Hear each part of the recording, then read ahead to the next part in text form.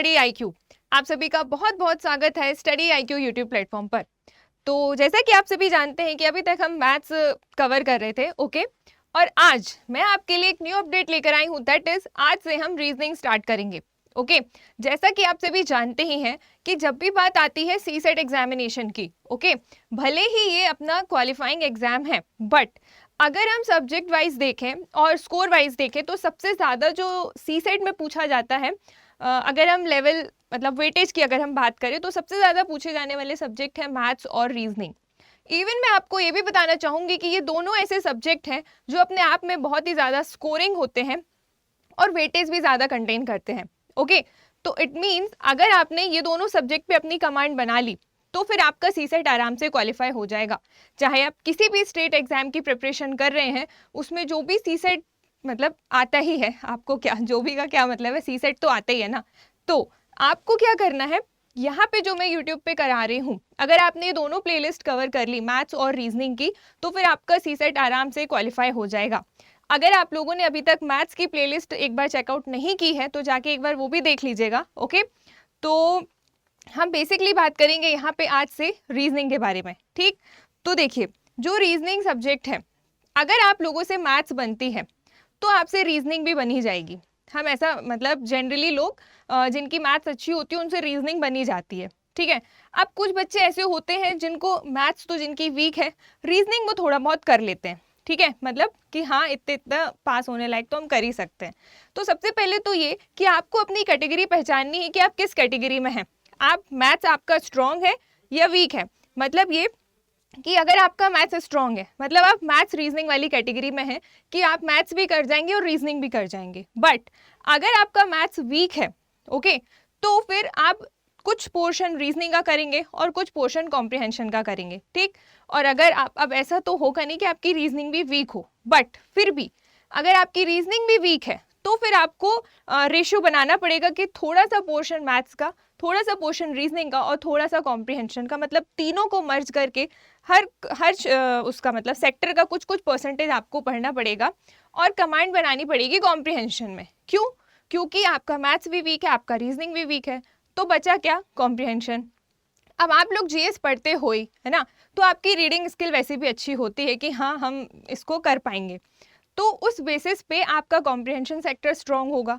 तो इस तरीके से आप अपनी कैटेगरी पहचानिए कि आप कहाँ पे लाई कर रहे हैं, ओके। उसके बाद आप तैयारी को शुरू कीजिए। ये बिल्कुल भी नहीं होता है कि भाई एग्जाम नोटिफिकेशन आया, हमने फॉर्म भर दिया और बैठ गए और सी सेट को तो पूरे साल देखा ही नहीं, जब पेपर आया तब लेके बैठ गए कि सी सेट भी पढ़ना है। ये सोचते हैं, बहुत बहुत लाइटली लेते हैं लोग कि अरे क्वालिफाइंग है, हो जाएगा हो जाएगा। बट बहुत सारे, आप बिलीव नहीं करोगे, मैंने बहुत सारे ऐसे लोगों को भी देखा है जिनका पेपर 1 क्लियर हो जाता है, सॉरी पेपर 1 में मार्क्स अच्छे आ जाते हैं मतलब क्लियर होने लायक, लेकिन जो पेपर 2 दैट इज जो रीजनिंग है, सॉरी जो सी सेट है, उसमें वो क्वालिफाई नहीं कर पाते। इवन सिर्फ मिनिमम पासिंग मार्क्स भी लाना तो वो भी नहीं ला पाते, है ना। तो कहीं ना कहीं कुछ तो कमी होगी ही उनमें। तो इसीलिए वो जो गलती कर रहे हैं वो आप ना कीजिए। इस वजह से मैं यहाँ पे आपको इन चीज़ों को डील करने के लिए यहाँ पे मैं हूँ आप सभी के लिए, ओके। तो मैथ्स हम कर चुके हैं, इसके बाद हम रीजनिंग आज से स्टार्ट कर रहे हैं। अब रीजनिंग में भी देखो, मैं स्टार्ट करने से पहले एक चीज़ और आपको बताना चाहूँगी कि जो भी सिलेबस है, सपोज अगर मैथ्स में 20 टॉपिक्स या 25 टॉपिक्स हैं, तो बिल्कुल भी ये मतलब नहीं है कि वो पूरे 25 या पूरे 20 के 20 आपके एग्जाम में आएंगे, ये बिल्कुल भी नहीं है ना। ऐसे ही अगर रीजनिंग है, रीजनिंग में 15 से 20 टॉपिक है, तो ये बिल्कुल भी कंफर्म नहीं है कि वो पूरे के पूरे 20-25 टॉपिक में से उठा के क्वेश्चन देगा, ओके। तो आपको पैटर्न पहले पहचानना है कि भाई पेपर आ कैसे रहा है, मतलब अब आज के टाइम पे ट्रेंड कौन सा फॉलो हो रहा है कि हम उसको क्वालिफाई कर जाएं, ठीक है। तो आपको ये इस चीज़ की श्योरिटी आपको कहाँ से मिलेगी, जब आप एक बार PYQ को चेकआउट करेंगे, ठीक। तो अगर आप तैयारी कर रहे हैं तो हम प्रीवियस ईयर पेपर को थोड़ा सा फोकस करते हैं कि हाँ एक बार लेवल देख लो कि आप जिस भी स्टेट से बिलोंग करते हैं, आप अपने प्रीवियस ईयर पेपर देखिए वहाँ पे कि कोई भी टॉपिक है, चाहे वो मैथ्स का हो चाहे वो रीजनिंग का हो, तो क्वेश्चन आ किस लेवल तक कर रहा है और आपकी तैयारी उतनी है या नहीं, है ना। ये सब चीज़ों को देख के आपको फिर तैयारी शुरू करनी है। उसके बाद आप खुद से अपना सेक्टर पहचान लोगे कि हाँ मैं अब यहाँ पे प्रिपरेशन करने के लिए रेडी हूँ, ओके। तो आपको क्या करना है, थोड़ा सा एनालिसिस करना है, उसके बाद आप तैयारी को शुरू कीजिए, ठीक है। तो अब आज की क्लास में हम रीजनिंग स्टार्ट करेंगे, बट रीजनिंग में भी कुछ ऐसे टॉपिक्स हैं जिनमें बंच में क्वेश्चन आते हैं, मतलब जिनका वेटेज बहुत ज़्यादा हाई है। तो आपको क्या करना है, उसमें पहले उन टॉपिक्स को कवर कीजिए जो स्कोरिंग है, उसके बाद वो टॉपिक जिनसे 1-2 क्वेश्चन आने को देखने को मिलते हैं पेपर में, ठीक है।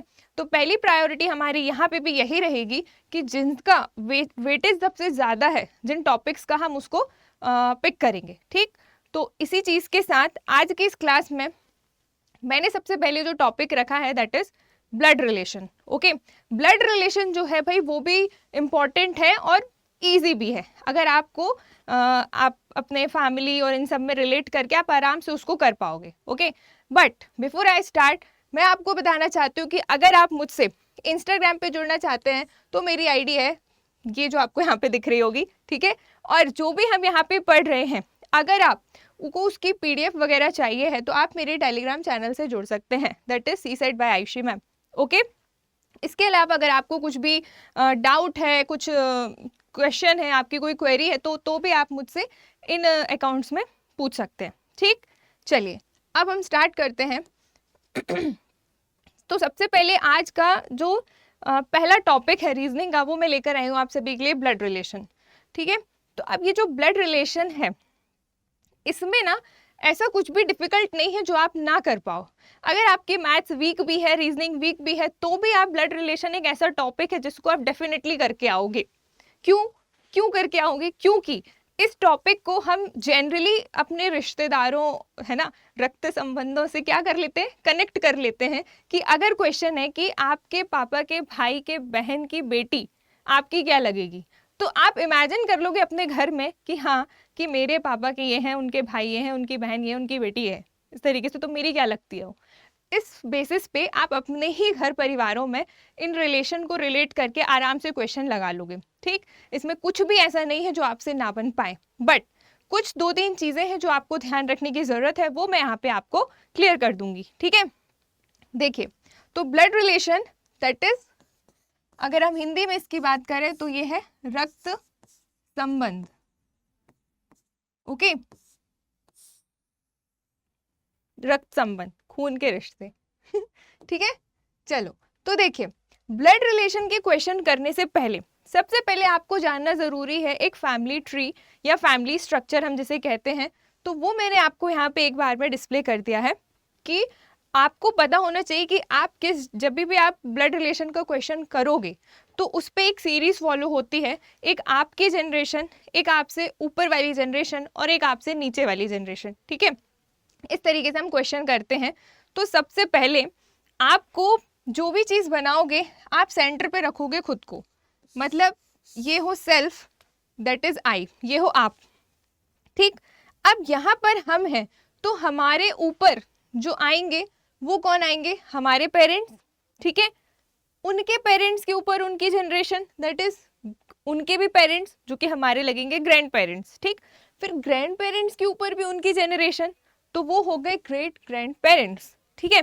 अब देखिए कौन कौन इसमें आता है। तो जो आई वाली जनरेशन है, दैट इज जो हमारी, हम जिस लाइन पे लाई कर रहे हैं वो है सेल्फ। ओके, तो अब यहाँ पे कौन कौन आएगा देखिएगा। तो जो भी पति पत्नी या हस्बैंड वाइफ है वो आएंगे किसमें, आई वाली जनरेशन में। इसके अलावा ब्रदर सिस्टर या भाई बहन वो भी हमारी जनरेशन में आएंगे। फिर आगे और रिलेशन एक्सटेंड हो जाएगा कि साला साली, जीजा, देवर, जेठानी, भाभी, ननन, ये सब अभी इंग्लिश में भी बताऊंगी, ठीक है। ये बाकी के जितने भी कजन्स हैं, दैट इज चचेरे, ममेरे, फुफेरे, मौसेरे, ये सारे भाई बहन, कजन सिस्टर, कजन ब्रदर, ये सब किस में आएंगे, आई वाली लाइन में आएंगे। मतलब जब भी एग्जाम पेपर में कुछ ऐसा क्वेश्चन होगा कि आपकी सपोज आप मैरिड हो, ठीक है, तो आपकी वाइफ के भाई का बेटा आपका क्या लगेगा, इस तरीके का अगर क्वेश्चन है तो आप और आपकी वाइफ एक ही लाइन पे बनोगे। कुछ इस तरीके से, मान लो ये आप हो और ये आपकी वाइफ है, तो ये जो लाइन है हॉरिजॉन्टली वो इसी एक ही रो पे बनेगी, ठीक। तो आपके वाइफ का भाई, तो भाई भी इसी लाइन पे बनेगा, ठीक।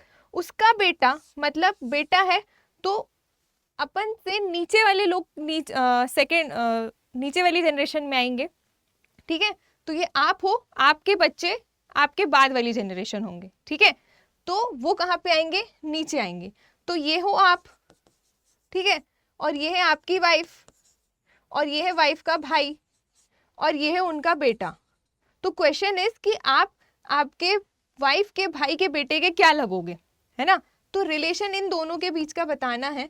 तो इस तरीके से मैं ये सीरीज बता रही हूँ कि आप और आपकी वाइफ एक ही रो पे आओगे, भाई बहन कजन सारे लोग जो हैं वो सब एक ही लाइन पे आएंगे, दैट इज आई वाली जनरेशन में। ओके नाउ फिर इसके बाद आता है आपसे ऊपर वाली जनरेशन। जैसे अगर क्वेश्चन होता कि आपके पापा के पापा, है ना, उनकी बहन आपकी क्या लगेगी, तो पापा के पापा के पापा ऊपर चले गए, मतलब यहाँ पे ऊपर मतलब यहाँ बोल रही हूँ, ठीक है। तो ये पेरेंट्स हमसे ऊपर आएंगे, तो जब हम डायग्राम बनाएंगे तो डायग्राम में हम ऊपर की तरफ इन लोगों को ड्रॉ करेंगे, ठीक है। सिमिलरली पेरेंट्स में आएंगे हमारे मदर फादर, ठीक है, चाचा चाची दैट इज अंकल आंटी, मामा मामी, मौसा मौसी, बुआ फूफा, ये सब जितना भी लिखा है, ठीक। एक एक शब्द नहीं बोल रही हूँ, आप लोग जब पीडीएफ में देखोगे तो पढ़ लीजिएगा। सारा कुछ लिख दिए कि सीरीज किस जनरेशन में किस सेक्टर में कौन कौन लोग लाए करेंगे। ओके अभी वेट करना, इंग्लिश में भी बताऊंगी, यहाँ स्पेस नहीं था इसलिए। नाउ पेरेंट्स के ऊपर आएंगे भाई ग्रैंड पेरेंट्स, मतलब हमारे दादा दादी और नाना नानी, ये सब किस में आएंगे, ग्रैंड पेरेंट्स में। और ग्रैंड पेरेंट्स के भी तो पेरेंट्स रहे होंगे, तो वो आएंगे ग्रेट ग्रैंड पेरेंट्स में, दैट इज परदादा परदादी परनाना परनानी। अब ये दिमाग मत लगाना कि मैम इसके भी ऊपर हुआ तो क्या 2 बार पर लग जाएगा नहीं लगेगा, ठीक। ऐसा नहीं है, कि जनरली क्वेश्चन आपके यहीं तक देखने को मिलेंगे, परदादा परनानी परदादी परदादा इधर तक, ठीक है। ये इससे ऊपर और नहीं आता है क्वेश्चन, तो आप लोग अपना दूसरा दिमाग ना लगाएं। ओके नाउ अब इसके बाद अगर हम देखें तो हमसे नीचे हमारे जो भी बच्चे होंगे भाई, ये आ गए चाइल्ड वाले सेक्टर में, तो इसमें सन और डॉटर दोनों आ जाएंगे, बेटा बेटी, ठीक। अब कजन्स भी आ जाएंगे ना भाई, कजन में भी बच्चे होंगे कि नहीं होंगे, तो वो आ जाएंगे, भांजा भांजी भतीजा भतीजी। ओके ये सब आ जाएंगे आपके चाइल्ड वाली रो में। इसके बाद जो चाइल्ड होंगे उनके भी फर्दर शादी होगी, उनके भी बच्चे होंगे, तो वो आपके कौन लगेंगे, वो आपके लगेंगे ग्रैंड चाइल्ड, ठीक है। तो ग्रैंड चाइल्ड में कौन कौन हो जाएगा भाई, पोता पोती नाती और नातिन, ये सब आ जाएंगे। इसके अलावा अब ये जो पोता पोती लोग हैं भाई, ये भी आगे शादी कर लेंगे, इनके भी बच्चे हो जाएंगे, तो ये कौन हो जाएंगे, पर पोता पर पोती और पर नाती पर नातिन, ये सब हो जाएंगे, ठीक। तो इस तरीके से नेमिंग आपको देखने को मिलेगी। इसके अलावा मैं आपको एक चीज़ और बताना चाहती हूँ कि ब्लड रिलेशन वाले टॉपिक में जो इंग्लिश मीडियम के स्टूडेंट होते हैं वो थोड़ा फ़ायदे में रहते हैं, बिकॉज यहाँ पे जो टर्म्स हैं वो फिक्स हैं कि भाई अगर आपके वो हैं, जैसे मान लो हिंदी में हम मामा अलग बोलते हैं और चाचा अलग बोलते हैं, ठीक है, मौसा अलग, फूफा अलग, ताऊ अलग, ये सब अलग अलग हिंदी के नाम हैं, लेकिन इंग्लिश में इनके लिए एक ही वर्ड यूज़ होता है, दैट इज़ अंकल। ओके तो मतलब अगर आपके क्वेश्चन में डायग्राम कुछ इस तरीके से बन रहा है जिसका आंसर आपका मामा आ रहा है या चाचा आ रहा है, तो हिंदी वालों के लिए मामा अलग लिख के आएगा, चाचा अलग लिख के आएगा, लेकिन इंग्लिश वालों के लिए सिर्फ और सिर्फ अंकल वर्ड यूज होगा।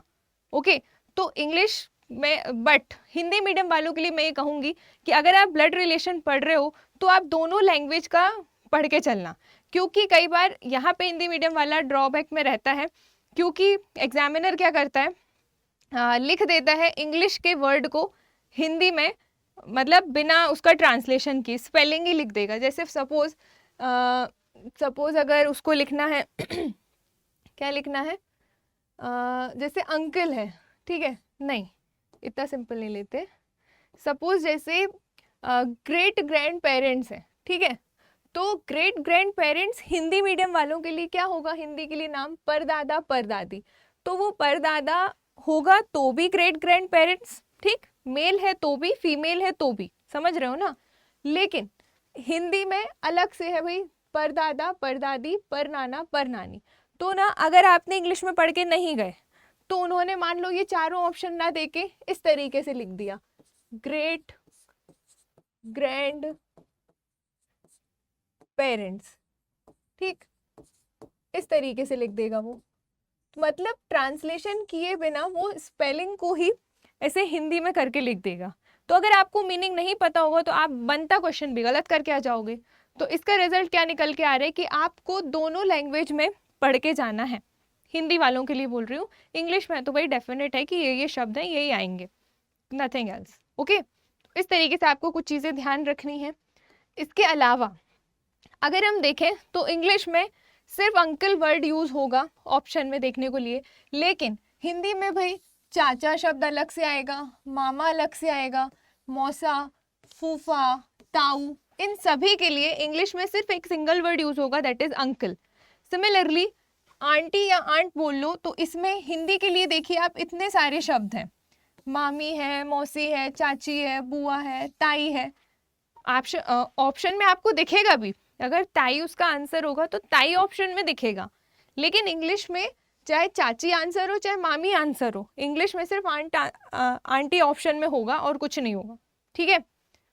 सिमिलरली यहाँ पे है ब्रदर इन लॉ, इंग्लिश में सिर्फ ब्रदर इन लॉ टर्म देखने को मिलेगी आपको, लेकिन हिंदी में भाई जीजा के लिए अलग से जीजा वर्ड लिखा होगा, साला के लिए अलग से साला वर्ड लिखा होगा, ठीक।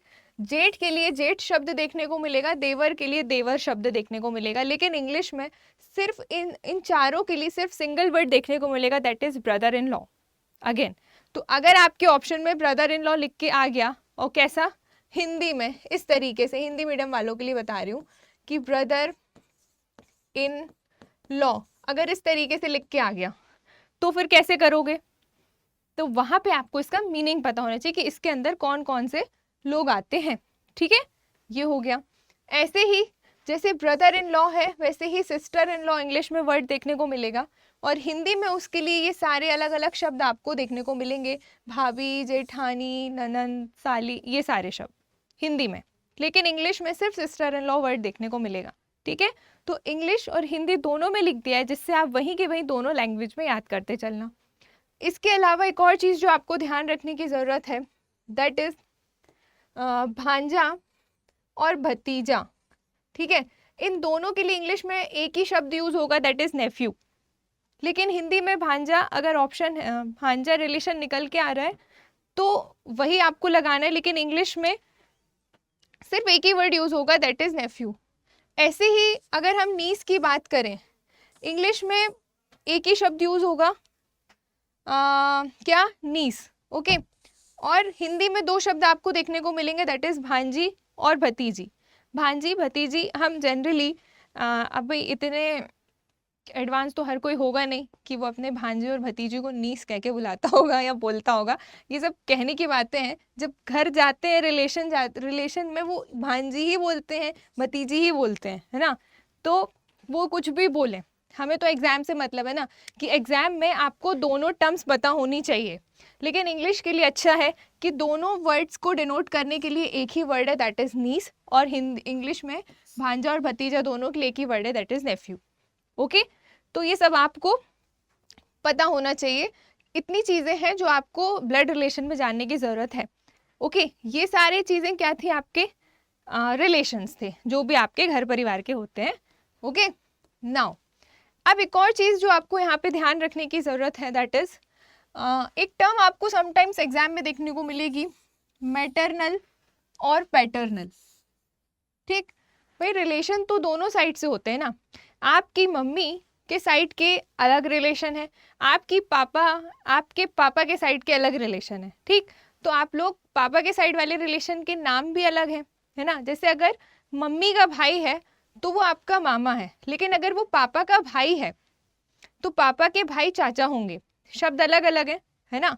तो यहाँ पे आपको ध्यान क्या रखना है कि समटाइम्स अगर आपको, जैसे इंग्लिश के लिए बोल रही हूँ, इंग्लिश में तो अंकल वर्ड है दोनों के लिए, लेकिन समटाइम्स आपके ऑप्शन कुछ इस तरीके से होंगे कि मैटरनल अंकल ऑप्शन सही होगा या पैटर्नल अंकल ऑप्शन सही होगा। तो तब वहाँ पे आपको ये ध्यान रखना है कि आपका रिलेशन किस तरफ ड्रॉ हुआ है, मम्मी के साइड वाले रिलेशन है या पापा के साइड वाले रिलेशन है, ठीक है। तो मैटरनल, जिसे हिंदी में हम कहते हैं मातृवंश, ओके। और रिश्ता दिखाने के लिए हमने ये लिख दिया है कि फ्रॉम मम्मीज साइड, मतलब जो मम्मी के साइड के रिलेशन है वो मैटरनल रिलेशन में आएंगे या मातृवंश में आएंगे, और पैटर्नल दैट इज जो पापा के साइड के रिलेशन है, पितृवंश हम इसे कहते हैं, और फ्रॉम पापा एज अ साइड रिलेशन, ठीक है, ये आएंगे पापा के साइड के रिलेशन में। तो आप ऐसे याद कर सकते हो, ये एम से मम्मी, एम से मैटरनल, ठीक, पी से पैटर्नल, पी से पापा। तो इस तरीके से अगर आपके ऑप्शन में मैटरनल पैटर्नल वर्ड देखने को मिलेगा तो आपको ध्यान देके चलना है कि रिलेशन किस साइड फ्रेम हो रहा है हमारा, ओके। चलिए, आई होप आपको यहाँ तक समझ में आ गया होगा। अब हम बढ़ते हैं आगे, ओके। चलिए देखते हैं क्या है। हाँ, अब हम स्टार्ट करेंगे क्वेश्चन स्टार्ट करने से पहले एक और चीज़ बता देती हूँ कि यहाँ पे कुछ साइंस होते हैं डिनोट करने के लिए। जैसे मान लो मेल है और फीमेल है, ठीक है, तो आपकी चॉइस है कि आप उसको किस तरीके से डिनोट करना चाहते हैं। जैसे मेल है तो मान लो आप उसको प्लस के साइन से डिनोट कर दीजिए, और फीमेल है तो आप उसको माइनस के साइन से डिनोट कर दीजिए, ठीक है। हस्बैंड वाइफ का रिलेशन है मान लो, तो उसको या तो इक्वल से दर्शा दीजिए या फिर कुछ ऐसे जिगजैग वाली लाइन से डिनोट कर दीजिए कि वो अलग दिखे, ठीक। ये मेल है, ये फीमेल है, और इस तरीके का लाइन दिख रही है या इक्वल दिख रहा है, तो वो क्या है, हस्बैंड वाइफ का रिलेशन दिखा रहा है। ये समझने के ऊपर है, हर कोई फॉलो नहीं करता। कुछ लोग डायरेक्टली भी मतलब बिना ये सब साइन लगाए सॉल्व कर लेते हैं शॉर्ट टर्म में, शॉर्ट फॉर्म में लिख लिख के, ठीक है। तो अगर आपने पहले कहीं से पढ़ रखा है तो आपको पता होगा, नहीं पढ़ रखा तो आपके लिए आज से समझ में आ जाएगा क्या क्या चीज़ें ध्यान रखनी है, ओके। चलो, आप चाहे तो मेल को स्क्वायर से, फीमेल को सर्किल से, इस तरीके से कुछ किसी भी साइंस के थ्रू आप इनको डिनोट करके दिमाग में रख सकते हैं, ठीक है। और एक और चीज़, जो भी रिलेशन में जो जिसका जो लग रहा है, जैसे मान लो आप अपनी मम्मी के बेटे हो, है ना, आप हो बेटे, मम्मी नहीं है बेटा, आप अपनी मम्मी के बेटे हो, तो जो चीज़ है उसके तरफ आप एरो रखेंगे। जैसे मान लो कि ए जो है बी का क्या है, भाई है, सपोज मैं अभी एग्जाम्पल ले रही हूँ, बाकी क्वेश्चन कराऊंगी। A is brother of B, ठीक, अगर इस तरीके का लिखा है A is brother of B, तो भाई है कौन, ए है बी का भाई, ठीक है, ए बी का भाई है, मतलब ये हो गया ए, ये हो गया बी। भाई बहन है तो एक ही लाइन पे बनेंगे, कौन भाई है, ए है, तो ए के साइड आप एरो को इस तरीके से डिनोट कर देंगे, ठीक है। ये कुछ चीजें जो आपको ध्यान रखनी है, बाकी क्वेश्चन जब आएगा तो क्वेश्चन में वहीं की वहीं भी आपको चीजें समझाऊंगी, ओके। चलिए अब हम स्टार्ट करते हैं क्वेश्चन। क्या है क्वेश्चन, देखिएगा। फर्स्ट क्वेश्चन इज, और इसमें कितने टाइप के क्वेश्चन होते हैं मैं ये भी बता देती हूँ आपको, कि जो ब्लड रिलेशन होता है भाई उसमें फिर स्टार्ट करती हूँ, ठीक है। जो ब्लड रिलेशन होता है,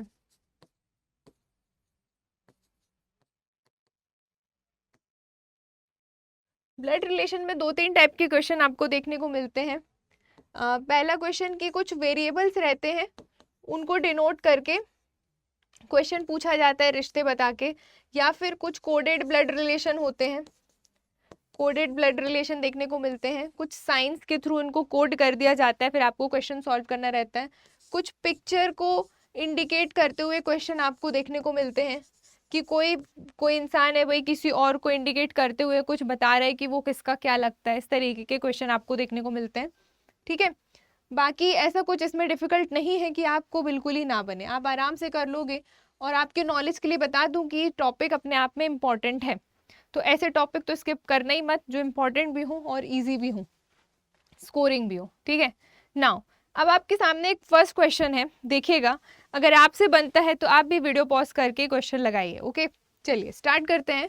क्वेश्चन इज कि A is daughter of B, ठीक है, ए जो है वो बी की क्या है, पुत्री है, and B is husband of C, B क्या है भाई, सी का पति है, ठीक है। तो सबसे पहले ए और बी का बना लो आप, बाकी पूरा ही पढ़ लेते हैं एक बार। सी जो है, C is the sister of D, मतलब सी कौन है भाई, डी की सिस्टर है। तो क्वेश्चन इज कि how is A related to D, आपको बताना है कि ए का डी से क्या रिश्ता है या क्या संबंध है। तो लास्ट लाइन पे फोकस कीजिएगा, किसका किससे रिश्ता पूछा है, ठीक है। ए का डी से पूछा है का मतलब ये है कि ए डी का क्या लगता है ना। जैसे आप अपनी मम्मी के बेटे हो तो आप अपनी मम्मी के बेटे लगते हो, है ना, और वो आपकी मम्मी लगती हैं, वो आप बेटा मतलब मम्मी बेटा नहीं लगती हैं। तो जो रिलेशन कौन किसका क्या लग रहा है, आपको ये ध्यान देना है कि क्या पूछा। जैसे अगर आपसे कोई पूछेगा कि आप अपनी मम्मी के, आपको पता है आप अपनी मम्मी के बेटे हो, है ना, तो आप ये थोड़ी किसी और को बताओगे कि नहीं वो मेरी मम्मी है, मैं उनका बेटा नहीं हूँ, वो मेरी मम्मी है, ऐसा तो नहीं बोलोगे ना। तो जो जिसका रिलेशन लग रहा है वो आपको पूछ रहा है कि अगर कोई आपसे थर्ड बंदा पूछ रहा है कि आप उनके कौन हो, है ना, तो आप बोलोगे कि मैं उनका बेटा हूँ, ये नहीं बोलोगे वो मेरी मम्मी है, वो तो है ही। आप समझ रहे हो ना डिफरेंस कैसे करना है कि how is A related to B का मतलब है कि ए का डी से क्या संबंध है, मतलब ए डी का क्या लग रहा है, ना कि डी ए का क्या लग रहा है। तो आप लोग रिलेशन थोड़ा ध्यान से बनाना, ठीक है। नाउ पहला क्वेश्चन है, क्या बोल रहा है question, A is the daughter of B, मतलब ये ए है, ए क्या है, बी की पुत्री है, ये हो गया बी और ये उसकी हो गई पुत्री, ठीक। ए है तो ए के तरफ हमने एरो कर दिया, क्या है ये उसकी पुत्री है या डॉटर है, ठीक है, तो ये हो गई उसकी पुत्री ए। नाउ अगली लाइन है कि B is the husband of C, मतलब जो बी है वो क्या है भाई, सी का हस्बैंड है। मतलब अगर बी हस्बैंड है मतलब सी क्या हो गई, उसकी वाइफ, ठीक, सी हो गई उसकी वाइफ, यही क्वेश्चन है। And again C is the sister of D, मतलब सी क्या है, डी की सिस्टर है, सी डी की सिस्टर है, यही क्वेश्चन कह रहा है, ठीक है। नाउ अब पूछ रहा है आपसे कि ए का डी से क्या संबंध है, तो ए कहाँ है, यहाँ, डी कहाँ है, यहाँ, ए का डी से क्या संबंध है, मतलब ए डी का क्या लग रहा है। तो आप देखो ये इसके क्या होंगे, पापा, ठीक, और ये उनकी वाइफ है तो भाई ये हो गई इसकी मम्मी, ठीक, और ये कौन है भाई, क्या पूछा है, सी डी की बहन है, तो सी जो है वो डी की बहन है। अब हमें डी का जेंडर तो पता नहीं है कि डी का जेंडर क्या है, लेकिन हमें सी का जेंडर पता है कि भाई सी बहन है, ये नहीं पता कि भाई की बहन है या बहन की बहन है ना। तो एक और चीज़ यहाँ पे मैं आपको बताना चाहूँगी कि कभी भी किसी के नाम से आप जेंडर आइडेंटिफाई नहीं करेंगे, ठीक है। जब तक क्वेश्चन में ना क्लियरली लिखा हो तब तक आप किसी भी नाम से किसी का जेंडर आइडेंटिफाई नहीं करेंगे। नहीं तो आप सोचो कि नेहा लिखा है, नेहा तो लड़की का नाम होता है तो लड़की ही होगी, नहीं, ये आपको पता है, ठीक है, लेकिन क्वेश्चन में ये चीज़ आपको इम्प्लीमेंट नहीं करनी है, प्रैक्टिकली आपको इसको कनेक्ट नहीं करना है, सिर्फ इस केस में, ओके। चलिए, तो सिमिलरली यहाँ पे भी डी का जेंडर क्लियर नहीं है, लेकिन ए का जेंडर तो हमें पता है, तो ये इसकी मम्मी का या तो भाई होगा या तो बहन होगी, है ना, तो उनकी ये क्या हो गई, ठीक है। देखो तो ऑप्शन से आप देखेंगे बहन तो होगी नहीं भाई, ठीक, तो ऑप्शन कट करते जाओ, बहन तो होगी नहीं वो, ठीक है, क्योंकि ये नीचे बन रही है, और बहन की पुत्री, ठीक है, तो भाई की पुत्री, भाई की पुत्री भी नहीं होगी वो, भाई की पुत्री भी नहीं होगी, वो तो मम्मी की बेटी है, ठीक है। और यहाँ पे क्या है, बहन का पुत्र, तो ए तो भाई फीमेल है, तो ये ऑप्शन भी कट गया। मतलब आपका ऑप्शन क्या बचा, राइट आंसर, बहन की पुत्री, मतलब अकॉर्डिंग टू द ऑप्शन यहाँ पे जो डी है वो क्या होगी, उसकी सिस्टर, ठीक। तो ए का डी से क्या संबंध है, तो जो ए है वो डी की बहन की पुत्री है, सॉरी डी का जेंडर नहीं है ये, ठीक है, गड़बड़ मत कर लेना। क्वेश्चन पूछा है कि ए का डी से क्या संबंध है, तो जो ए है वो बहन की, जो डी है वो डी की बहन की पुत्री है ए, तो आपका राइट आंसर क्या हो जाएगा, बहन की पुत्री या फिर सिस्टर्स डॉटर। ठीक, ए का डी से क्या संबंध है, ए जो है वो डी की सिस्टर की डॉटर है। ओके, इस तरीके से आपको ऑप्शंस की हेल्प को इससे आप जल्दी सॉल्व कर पाएंगे। ठीक, ये तो पुत्र लिखा था, ये तो बहन लिखा था, तो ये डायरेक्ट कट हो गए। और डी का कोई भाई तो है नहीं, डी के भाई के बारे में कोई इन्फॉर्मेशन नहीं, तो अपने मन से दिमाग नहीं लगाना है, भाई नहीं बनाना है वहां पे, है ना। जो है उस बेसिस पे आंसर देना है। तो here right answer will B D. ठीक है, इस तरीके से आपको क्वेश्चंस करने हैं। चलिए नेक्स्ट क्वेश्चन देखिए, क्या है क्वेश्चन कि there is a family of 5 persons, 5 लोगों के एक परिवार है भाई। ठीक है, और वो 5 लोग कौन है, ए बी सी डी और ई, ये 5 मेंबर्स हैं। ठीक है, और क्वेश्चन है कि D is the father of B, जो डी है वो क्या है, बी का पिता है। ठीक है, and who is the wife of A, मतलब जो कि ए की क्या है भाई, वाइफ है। ठीक है, अब यहाँ पे एक टर्म देखने को मिल रहा है आपको, जो या फिर हु। ठीक, तो ये जो हु, हुम, हुज वाले क्वेश्चन होते हैं, इसमें जो बात हो रही होती है उसमें जस्ट बिफोर वाले रिलेशन को हम देख के चलते हैं। ठीक है, now C is the sister of D, C क्या है, डी की बहन है, and E is the wife of D, और ई जो है वो डी की वाइफ है। तो आपसे पूछ रहा है कि how is E related to A, मतलब ई का ए से क्या संबंध है। तो देखिए कैसे करोगे आप, देखिएगा 5 लोग हैं, रिलेशन देखिएगा, डी बी का पिता है।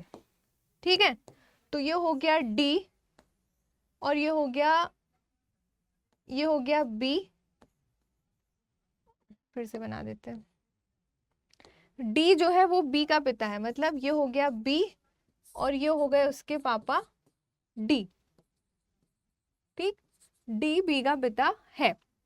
नाउ जो ए की पत्नी है, तो यहाँ पे जो का संबंध किससे है भाई, जो का संबंध जस्ट पहले वाले से है, मतलब ए किसकी पत्नी है, ए बी की पत्नी है। ठीक है, तो यहाँ पे क्या हो जाएगा, ये बी की वाइफ हो जाएगी ए। ठीक है, डी बी का पिता है, जो ए की पत्नी है। ठीक है, हाँ, तो देखो क्या हो जाएगा यहाँ पे, फिर से देखिएगा, जो का मतलब है जस्ट बिफोर वाला, तो जो में मतलब हु का आंसर कौन दे रहा है। ठीक है, मतलब जो का आंसर कौन दे रहा है, तो वो हमेशा उसके जस्ट पहले वाला होगा, तो बी। तो क्वेश्चन इज जो की जगह पे आप बी इमेजिन करके चलोगे, यानी कि हु के प्लेस पे आप बी को रखोगे जो उसके जस्ट पहले लिखा है, तो बी क्या हो जाएगा भाई, B is the wife of A, मतलब बी वाइफ है ए की, तो एरो किस साइड आएगा, इस साइड आएगा। ठीक है, एक बार देख लेना ध्यान से। नाउ अगला है कि सी डी की सिस्टर है, सी ये है डी, और यहाँ कहीं होगा सी, तो ये क्या है भाई, सी डी की सिस्टर है, जो है उसके तरफ एरो कर दो। नाउ ई डी की वाइफ है, ई जो है वो डी की वाइफ है, यहाँ पे ई है जो कि डी की वाइफ है, मतलब ये क्या हो जाएंगे भाई, इसके हस्बैंड, है ना, हस्बैंड भी हो जाएंगे। एंड ई का ए से क्या रिश्ता है, तो ई कहाँ है, यहाँ है, ए कहाँ है, यहाँ है। ठीक है, अगर हम देखें तो बी जो है वो ए की वाइफ है, मतलब ये हो गया इसका हस्बैंड, और ये हो गई ए की वाइफ। ठीक, अब क्वेश्चन आपसे पूछ रहा है किसके बीच का रिश्ता बताना है, ए का, ई का ए से, how is E related to A, E related to A, मतलब sorry A not B, E related to A, यहां से यहाँ का रिश्ता बताना है। तो देखिए ये वाइफ है, ये वाइफ के पापा है, ये वाइफ की सॉरी ये बी है, ये बी के पापा है, और ये पापा की वाइफ है, मतलब ये बी की कौन हो गई, ये बी की मम्मी हो गई। ठीक है, और ये मम्मी की बेटी हो गई, और ये बेटी का कौन हो गया, पति हो गया। तो ई कौन है भाई, ई का ए से क्या संबंध है, तो ये ई कौन हो गई, ए की हो गई उसकी मदर इन लॉ कि नहीं, हाँ, सास that is mother in law, ठीक है। तो आपका आंसर क्या हो जाएगा, मदर इन लॉ। ऑप्शन देख लीजिए, बेटा तो होंगी नहीं भाई, ठीक है, बेटा तो होंगी नहीं, बेटा तो नीचे बनेगा, ठीक। और दामाद तो कौन होगा, अगर पूछता कि how is A related to E, okay, अगर ऑप्शन होता, अगर क्वेश्चन होता कि how is A related to E, अगर ये क्वेश्चन होता तो आपका राइट आंसर क्या होता, दामाद that is son in law, ठीक है। अगर क्वेश्चन होता how is A related to E, मतलब जो ए है वो ई का क्या लग रहा है, तो ए जो है वो ई का दामाद लगेगा। लेकिन यहाँ पे पूछा है कि how is E related to A, तो वही चीज जो मैं आपको एग्जाम्पल में समझा रही थी कि किसके बारे में पूछा वो ध्यान रखना है। तो हमसे ई के बारे में जानकारी चाहिए कि ई कौन लग रहा है, तो ई जो है वो ए की क्या लग रही है, mother in law that is सास, ओके। तो राइट आंसर यहाँ पे हो जाएगा सी, ठीक। माँ तो नहीं होगा क्योंकि वो माँ किसकी है भाई, बी की है, ठीक है। तो इस तरीके से आपको क्वेश्चन को डील करना है, समझ गए। अगर ये क्वेश्चन है तो आंसर ए होगा, और अगर जो मैं इरेज कर देती हूँ, नहीं तो आप लोग उल्टा पुल्टा करके आ जाओ, ठीक है, ठीक। दामाद कब होगा, जब ए के बारे में पूछेगा, अभी यहाँ पे ई के बारे में पूछ रहा है, तो राइट आंसर हो जाएगा सी, ओके। चलिए अब देखते हैं अगला क्वेश्चन क्या है। तो इसी तरीके से आपको, अगर आपने डायग्राम सही ड्रॉ कर लिया तो फिर आपके सारे आंसर सही होंगे, और अगर आपने डायग्राम ही गलत बना लिया तो कितना ही दिमाग लगा लो आपका एक भी आंसर सही नहीं होगा, ठीक है। तो ध्यान से कीजिएगा। नाउ नेक्स्ट क्वेश्चन इज कि जो एम है, एम मीट्स वाई, ठीक है, एट अ वेडिंग सेरेमनी, मतलब एम जो है वो वाई से मिलता है एक वेडिंग सेरेमनी में, and Y is the daughter of sister, ठीक है। वाई क्या है भाई, daughter of sister of wife of M's father, ठीक है, लंबा रिलेशन बता दिया गया है। तो how is M related to Y, मतलब जो एम है वो वाई से मिलता है भाई किसी वेडिंग सेरेमनी में, ठीक है। तो जो वाई है एम के पिता की पत्नी की बहन की बेटी है, कौन, वाई। तो देखो कैसे बनेगा, जो वाई है ये हो गया वाई, दिख रहा है कि नहीं आप लोगों को,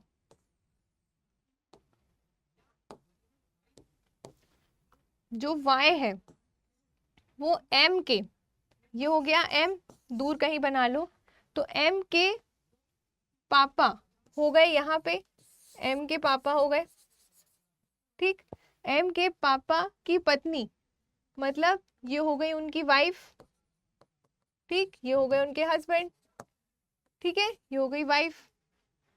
तो पत्नी की बहन, ये हो गई पत्नी की सिस्टर, यानी कि बहन की बेटी है, ये हो गई बेटी कौन, वाई, ठीक, ये हो गई बेटी वाई।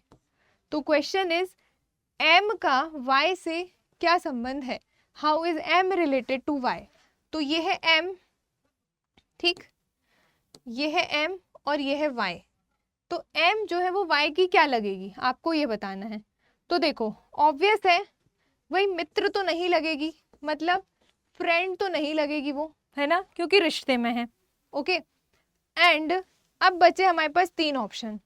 तो देखो just because Y is a daughter लिखा है ना, मतलब वाई कौन है, उसका जेंडर फीमेल है, तो ऑप्शन देखो यहाँ पे भतीजा दिख रहा है, तो भतीजा दैट इज नेफ्यू में क्या हो जाएगा, ये तो मेल हो जाएगा, तो नेफ्यू भी नहीं होगा, ये ऑप्शन भी कट गया। नाउ अब आप देखिए यहाँ पे है वर्ड भांजी और मौसेरा चचेरा भाई या बहन, मतलब कजिन के लिए देखो कजिन ब्रदर और कजिन सिस्टर नहीं लिख के आएगा, वो दोनों अंडरस्टूड है इंग्लिश में, कजिन बोलो तो वो ब्रदर और सिस्टर दोनों कंसीडर करेगा, ठीक है। तो अब आप देख लीजिए ये कौन है, ये कौन है, ये एम की मॉम है, ठीक, एम की मम्मी है, और ये उनकी बहन है, ठीक है।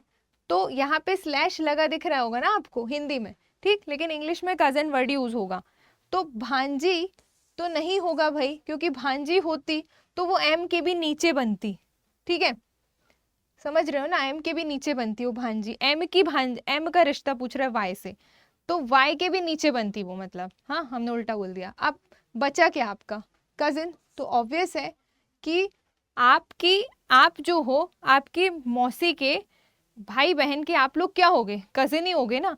तो जब भी कंफ्यूजन हो तो आप अपने घर परिवार में रिश्ते इमेजिन करके देख लेना, तो आप पहुंच जाओगे आंसर तक। तो राइट आंसर यहाँ पे हो जाएगा option B, that is cousin, या हिंदी में कहें तो मौसेरा, चचेरा, भाई स्लैश बहन, ठीक है। अब स्लैश लगा है तो अंडरस्टूड है, भाई बहन दोनों के लिए यहाँ पे आपको टर्म यूज हुई है, तो कंफ्यूज नहीं होना है, ठीक। तो ये एक्चुअली में तो ये डॉटर ही है ना, ठीक है। तो क्वेश्चन क्या पूछा, how is M related to Y, मतलब एम जो है वो वाई का क्या है, तो एम वाई का। अब एम का जेंडर नहीं पता ना हमको, ठीक है, वाई का तो पता है, एम का नहीं पता, तो एम भाई भी हो सकता है बहन भी हो सकती है, इसीलिए इस तरीके का ऑप्शन आपके क्वेश्चन में देखने को मिलेगा, ठीक है। आप अपने मन से जेंडर मत स्पेसिफाई कर देना वहां पे, ओके।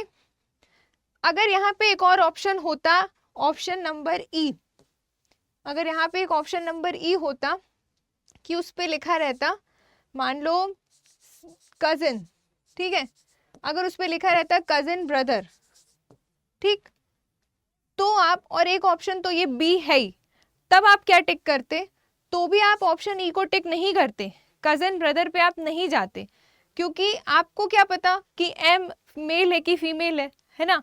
तो इसीलिए हमारा आंसर इस टाइप का अप्रोक्सीमेट वाला होगा कि भाई भी हो सकता है बहन भी हो सकती है, ठीक है। और अगर यहाँ पे कजिन ना लिख के कजिन ब्रदर और कजिन सिस्टर ये दो अलग अलग ऑप्शन होते, तो फिर हम किसके साथ जाते, तो फिर वहां पे ऑप्शन मतलब आंसर होता हमारा कांट डिफाइन, मतलब सी एंड डी, जिसको हम डिफाइन नहीं कर सकते क्योंकि वी डोंट नो कि उसका जेंडर क्या है, ठीक है। क्वेश्चन में कहीं पे भी एम के जेंडर को स्पेसिफाई नहीं किया गया है। तो अगर ऑप्शन में कजिन ब्रदर और कजिन सिस्टर दोनों अलग अलग ऑप्शन में देखने को मिलते, तो आपको अपने मन से किसी को भी पिक नहीं करना है, वहां पे आंसर हो जाएगा कांट बी डिटरमाइन, ठीक है। इस तरीके से मैंने बता दिया कि कैसे ऑप्शन आ सकते हैं, ओके। चलो अब बढ़ते हैं नेक्स्ट क्वेश्चन की तरफ, देखिएगा क्या है क्वेश्चन।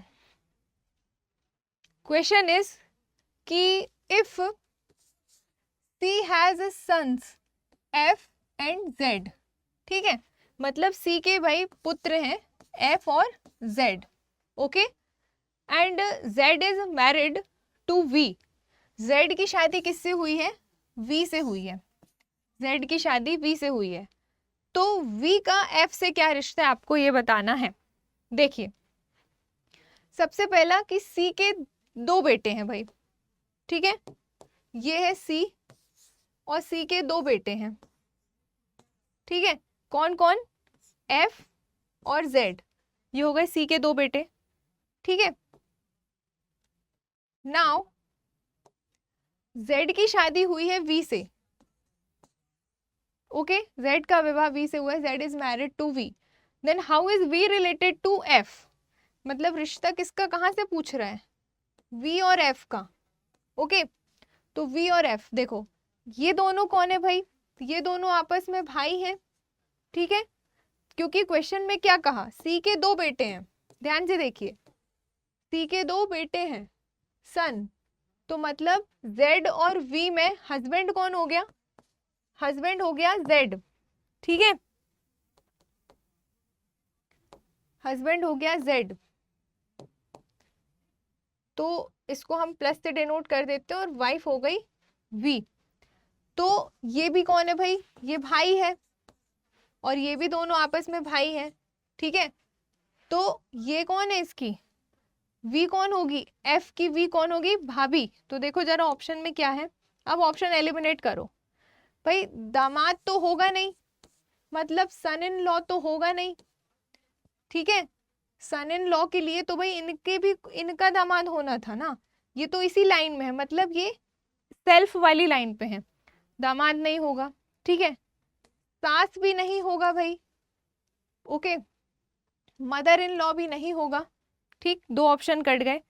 अब क्या बचा कि क्वेश्चन है कि वी का एफ से क्या संबंध है, मतलब वी एफ की क्या लगेगी। तो देखो यहाँ पे क्या लिखा है सी ऑप्शन में, ब्रदर इन लॉ। तो भाई अभी तो लिखा कि जो वी है वो फीमेल है, तो ब्रदर इन लॉ में कहाँ से आ सकती है वो, है ना। तो आपका ऑप्शन क्या हो जाएगा भाई, sister in law. Right answer हो जाएगा आपका यहाँ पे कि जो वी है वो एफ की कौन होगी, सिस्टर इन लॉ।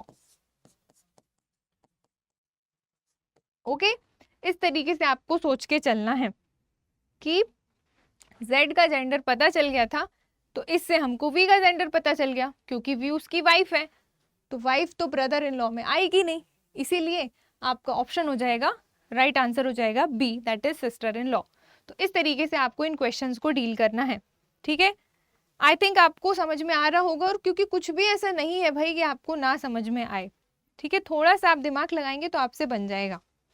ओके, चलिए अब देखते हैं अगले क्वेश्चन को। क्या है क्वेश्चन कि if x has two sisters, देखिएगा क्वेश्चन में ही मेंशन है कि दो बहन है वो, मतलब दोनों फीमेल है, ठीक है। तो if x has two sisters that is y and z, ठीक है। x की अगर दो बहनें हैं y और z, ठीक है, तो आप बना दो x की दो बहनें पहले। तो ये हो गई x, और x की दो बहनें हैं y और एक है z, ये दोनों बहनें हैं, ठीक है।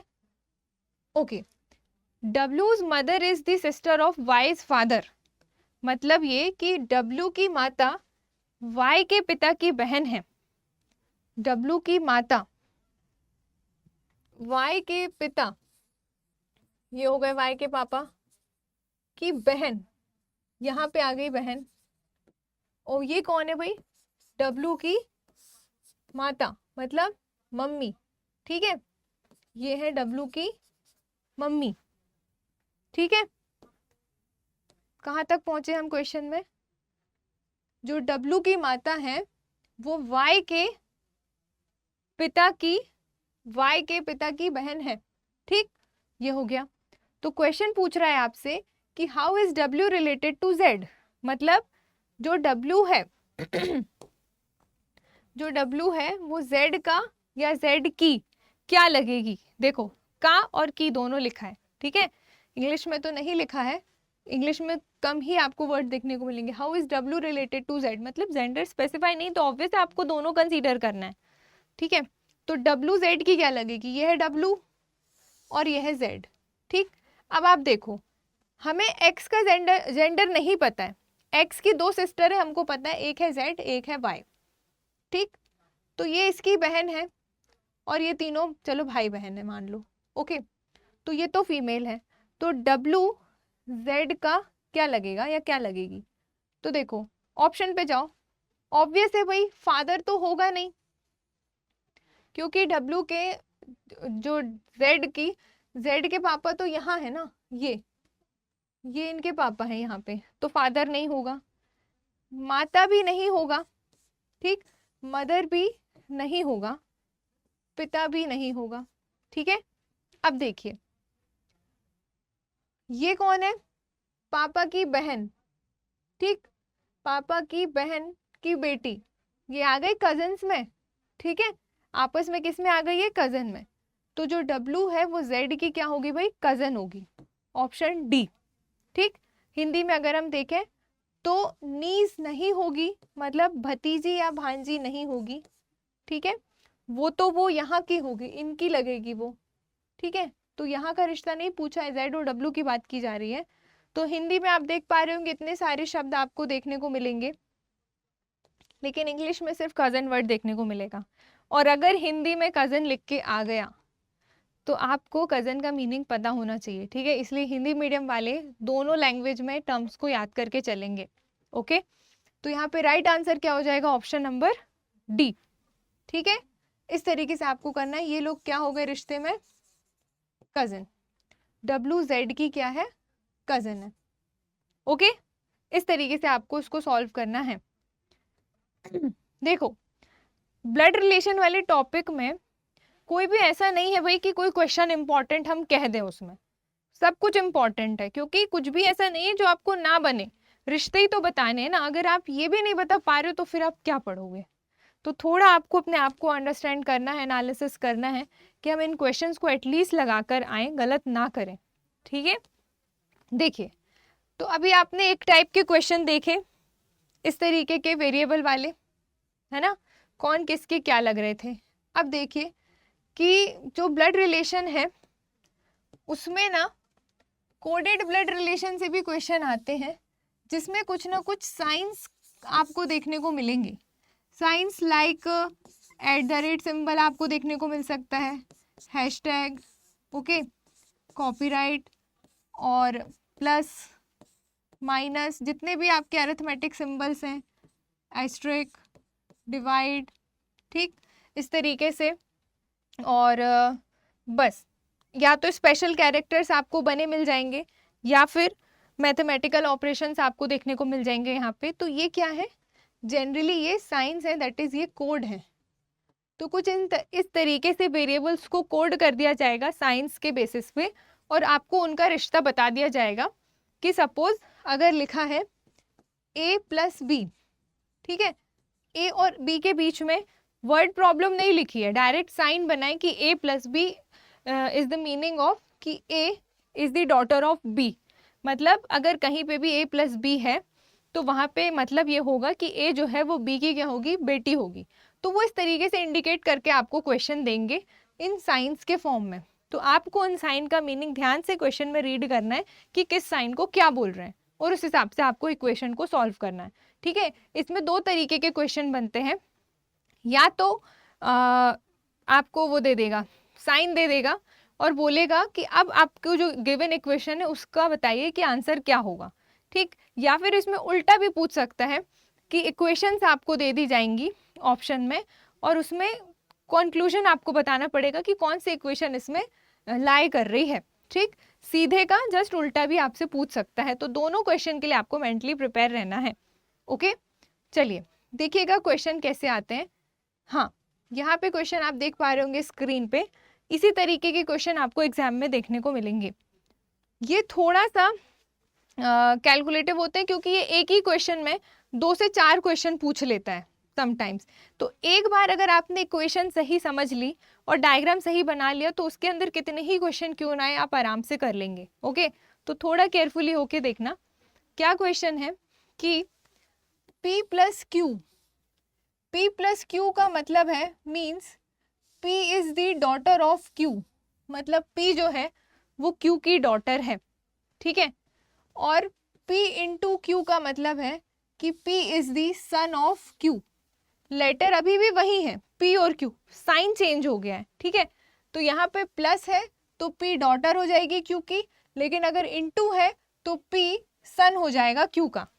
ठीक, इसी प्रकार P - Q means P is the wife of Q। इस तरीके से आपको देख के चलना है। अब क्वेश्चन पूछ रहा है कि which of the following option is correct for the given expression. मतलब अगर आपको एक्सप्रेशन ये दिया गया है, ठीक है, तो आपको बताना है कि कौन सा ऑप्शन यहाँ पे सही होगा। ठीक है, आपको ये बताना है। तो कैसे करेंगे? जैसा क्वेश्चन में साइन डिनोट किया गया है आप वैसा कर लीजिए।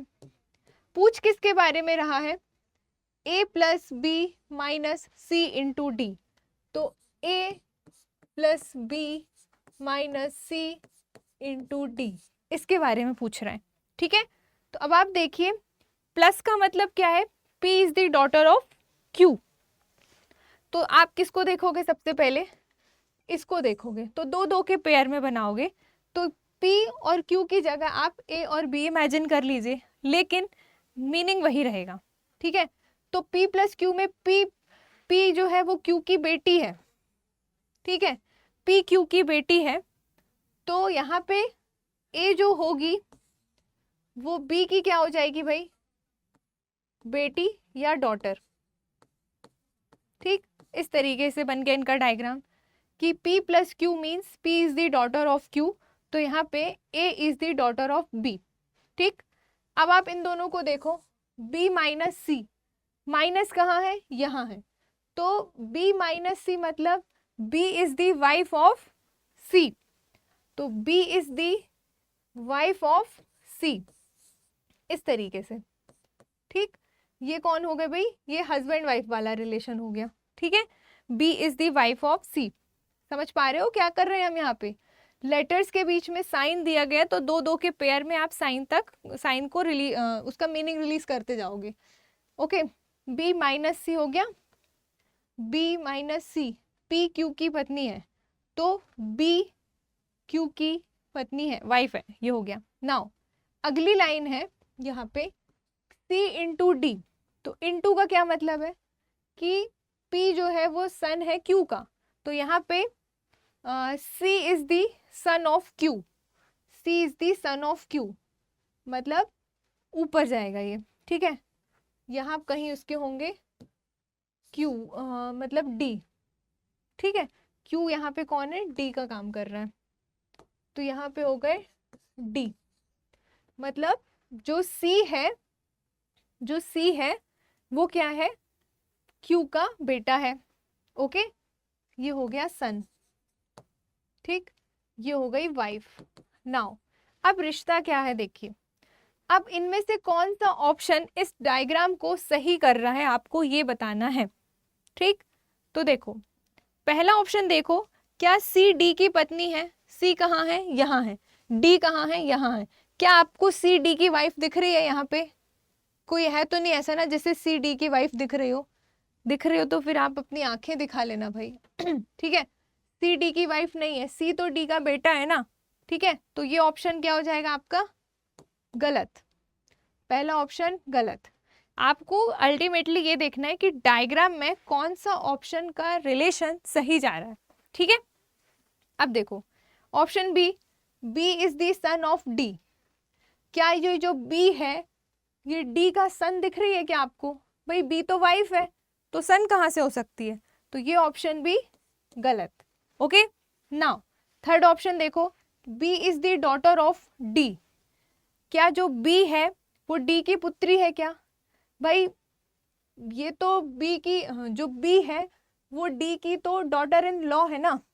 ठीक है, डॉटर अकेली थोड़ी है, डॉटर इन लॉ है। ठीक, तो अभी इसको रोको। और आगे क्या है कि A is the daughter of D is son. ठीक है, मतलब हाँ, तो ये वाला ऑप्शन भी क्या हो जाएगा, बी वाला, B is the daughter of D. क्या बी आपको डी की डॉटर दिख रही है क्या? नहीं। वाई? बिकॉज बी जो है वो डी की डॉटर इन लॉ है, मतलब उनकी वो बेटे की वाइफ है। ठीक, डॉटर इन लॉ है, तो ये ऑप्शन गलत, सी वाला। बचा क्या, डी। अब डी बच रहा है तो उसको इम्प्लीमेंट करके भी देख लो फॉलो हो रहा है कि नहीं।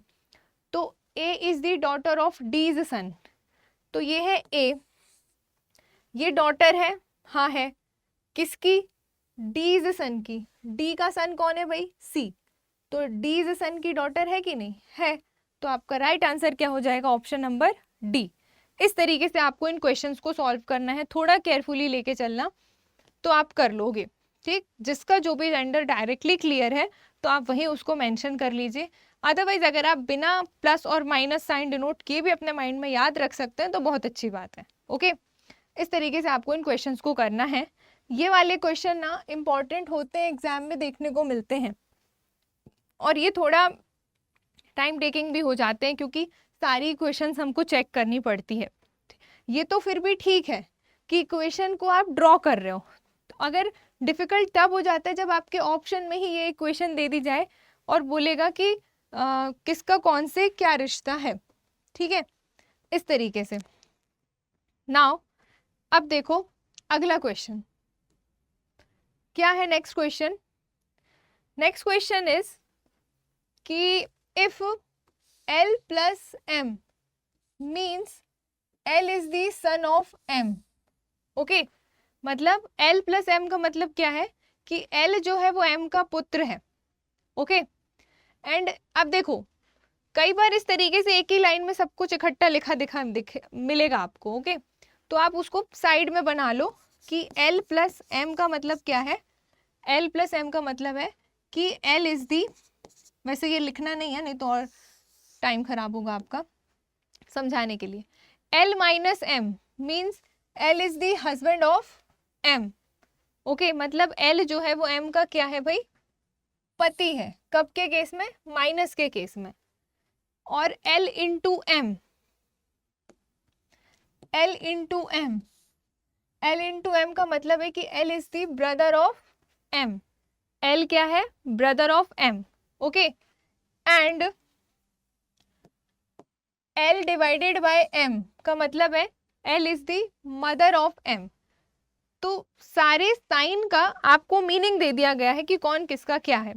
और पूछ रहा है आपसे कि what does A into B divided by C, मतलब A into B divided by C का मतलब इन ऑप्शंस में से क्या होगा, आपको ये बताना है। तो आप सिंपली पहले क्या लिखा है, ए इंटू बी, है ना, तो आप ए इंटू बी बना लो, ए इंटू बी। तो आप देख लो एल इंटू एम का मतलब क्या था, ए इंटू बी को आप रिप्लेस करोगे ना एल इंटू एम से साइन के थ्रू, तो एल इंटू एम का मतलब क्या था, एल इंटू एम का मतलब था L is the brother of M. ठीक है, एल इंटू एम का मतलब था कि L is the brother of M, यही था मतलब। बट यहाँ पे एल और ए की जगह आप क्या कर दो, ए और बी, तो ये हो गया ए और ये हो गया बी। ठीक, तो कौन किसका ब्रदर है भाई, L is the brother of M, तो A is the brother of, कौन हो जाएगा ये, बी। ठीक है, A is the brother of B, आप इस तरीके से इसको लिख लो। Now B divided by C, तो एल डिवाइडेड बाय एम का क्या मतलब था कि L is the mother of M, है ना। एल डिवाइडेड बाय एम का क्या मतलब गिवन है क्वेश्चन में, कि जो एल है वो एम की मदर है, मतलब एल होगी यहाँ पे और एम होगा यहाँ पे, और एल क्या है, एम की मम्मी है। ठीक है, तो बी डिवाइडेड बाय सी क्या हो जाएगा, बी डिवाइडेड बाय सी यहीं पे रख लो, तो ये क्या हो जाएगा, बी जो है वो किसकी हो जाएगी, सी की मम्मी हो जाएंगी। ठीक, जब एल मम्मी है तो यहाँ पे बी मम्मी हो जाएगी, और सी यहाँ पे नीचे है क्योंकि एम नीचे है। ठीक है, ये हो गई कौन, मॉम। ठीक, इस तरीके से आप समझ लो। नाउ क्वेश्चन पे आ जाओ कि क्वेश्चन में क्या रिश्ते लिखे हैं। क्वेश्चन इज कि A is the mother of सी। अब आपको ये देखना है कि इस डायग्राम में कौन सा ऑप्शन सही जा रहा है। तो अगर आप देखेंगे कि क्या ए इज द मदर ऑफ सी है, मतलब ए सी की मम्मी है क्या, बताओ जरा डायग्राम में देख के, ए सी की मम्मी दिख रही है आप लोगों को, नहीं, क्यों, क्योंकि ए तो भाई है ना, according to this sign, into के साइन से ए क्या है, भाई है एम का। ठीक, मतलब बी का यहाँ पे ए भाई है, तो पहला ऑप्शन क्या हो जाएगा आपका, रॉन्ग, मतलब ए सी की मम्मी नहीं है। दूसरा ऑप्शन देखो, ए सी का पिता है ये है ए और ये है सी। आपको डायग्राम दिख रहा है ना, डायग्राम बना है कुछ ऐसा, यहाँ पे हम बना देते हैं, ये है ए, ये है बी और ये है सी। ठीक है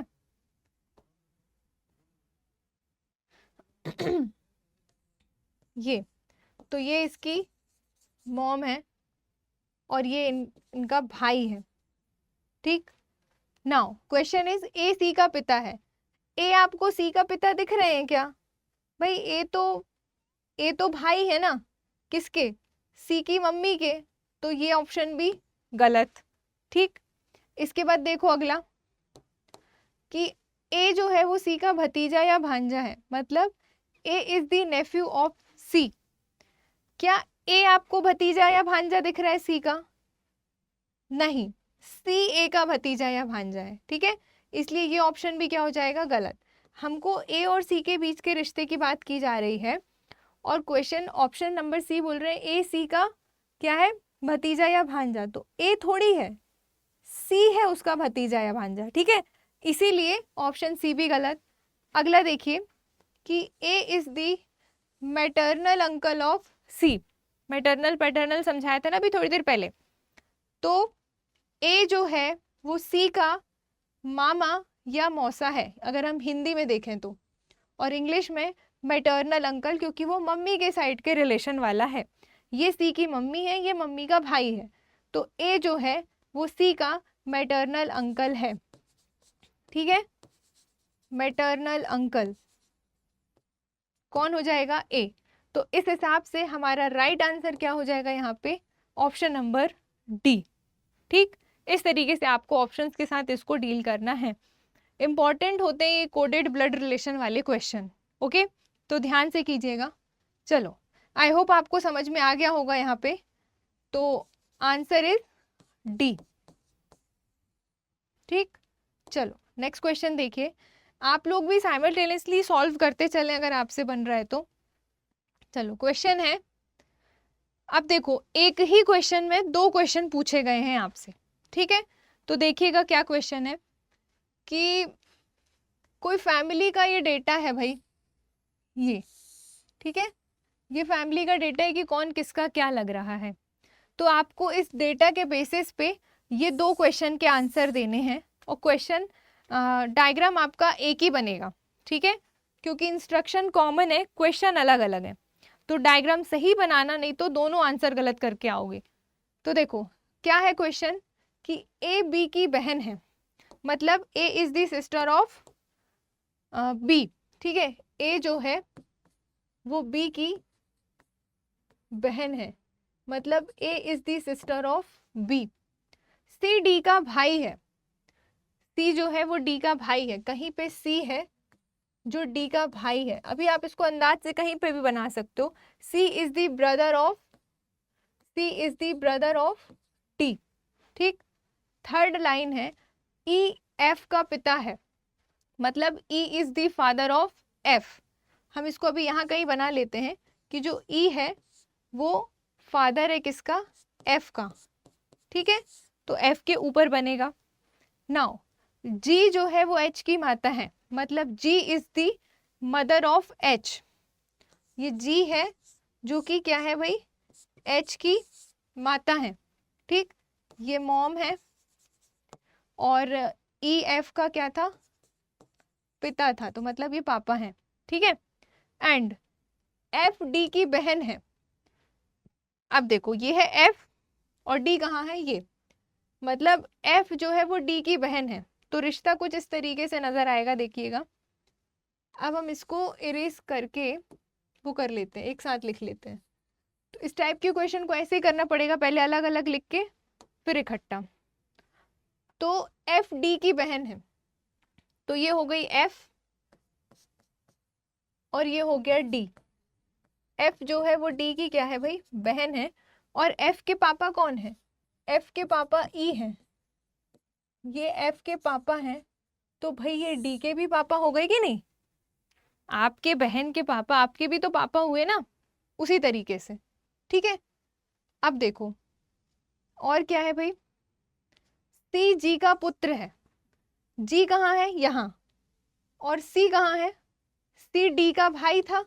सेकंड स्टेटमेंट की तरफ से जो सी था वो डी का भाई था, सी डी का भाई था। ठीक है, सी डी का भाई है, और सी किसका बेटा है भाई?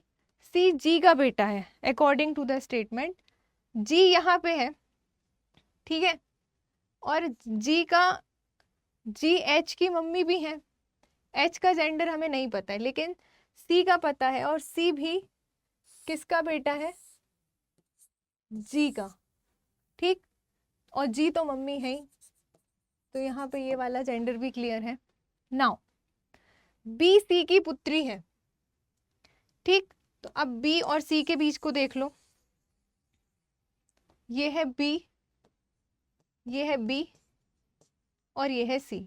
तो बी सी की क्या है भाई? डॉटर है। ठीक, बी सी की पुत्री है, that is B is the daughter of C. Okay, now ये वाला हो गया। सी, सी की शादी जे से हुई है। ठीक है, सी की शादी जे से हुई है, मतलब आप इसको थोड़ा यहां बना दीजिए, सी की शादी जे से हुई है। ओहो, रुको, ये सी है, सी की शादी हुई है भाई जे से, ठीक। और सी कौन था? सी भाई था, सी भाई था डी का, है ना।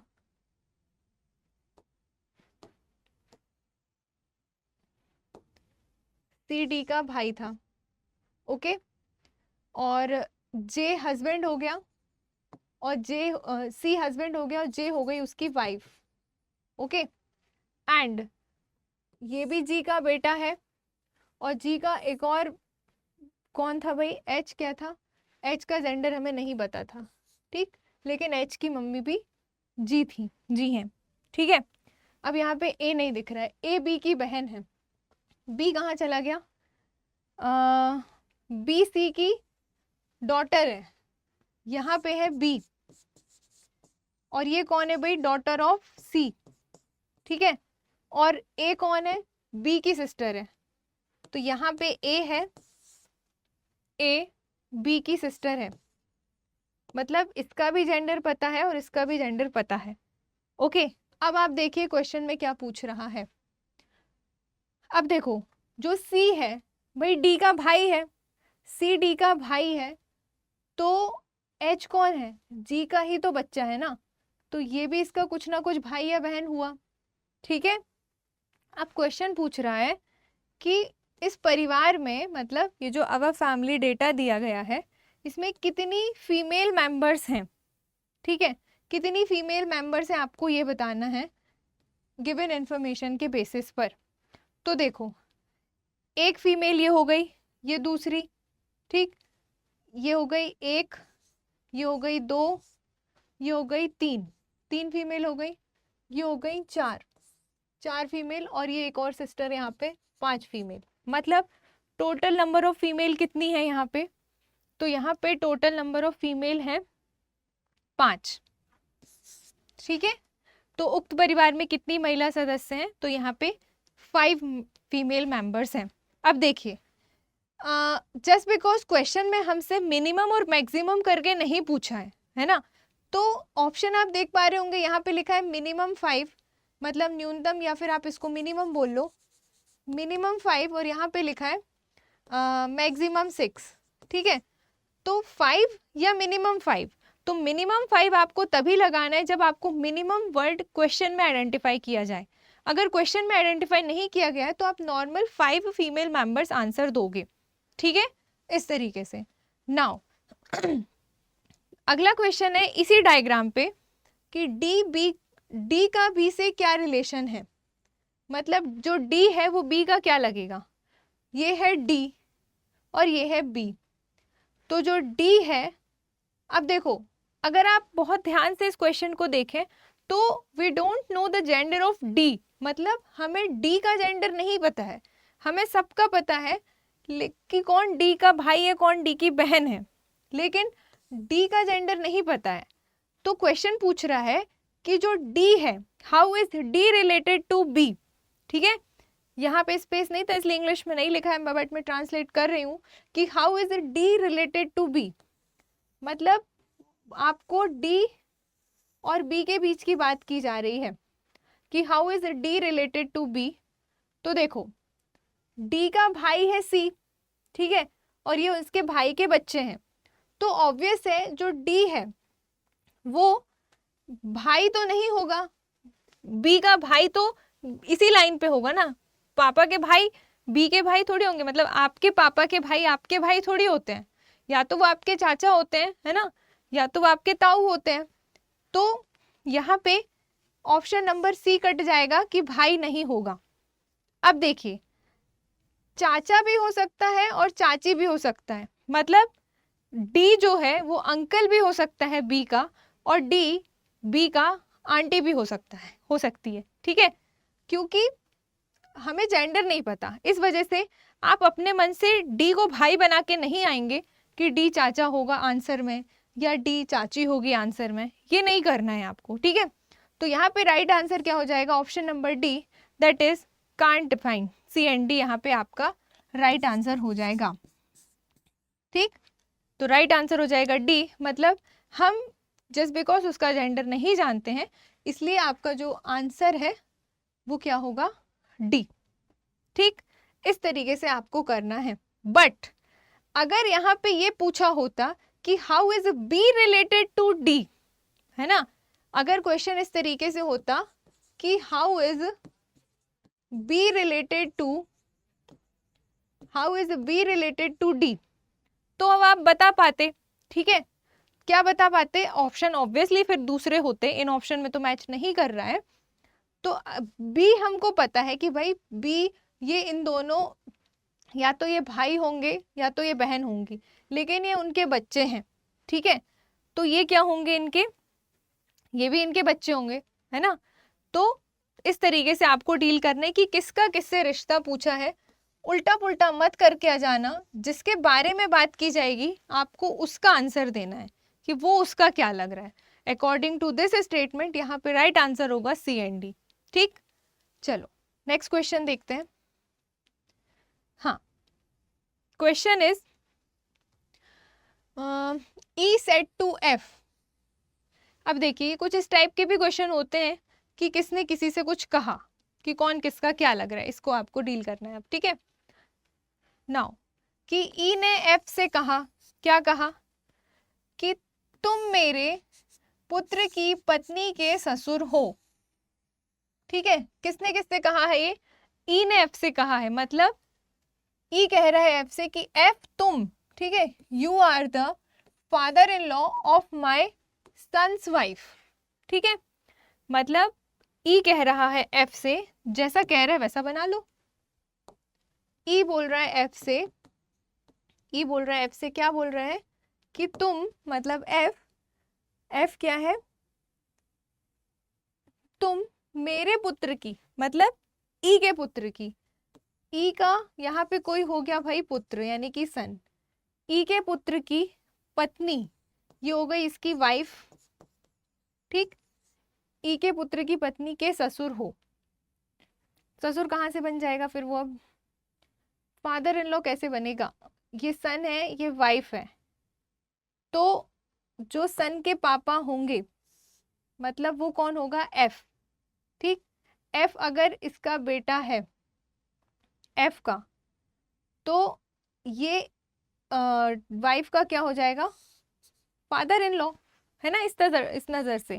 तो अब देखिए क्वेश्चन इज एफ का ई से क्या रिश्ता है, एफ जो है वो ई का क्या होगा फिर।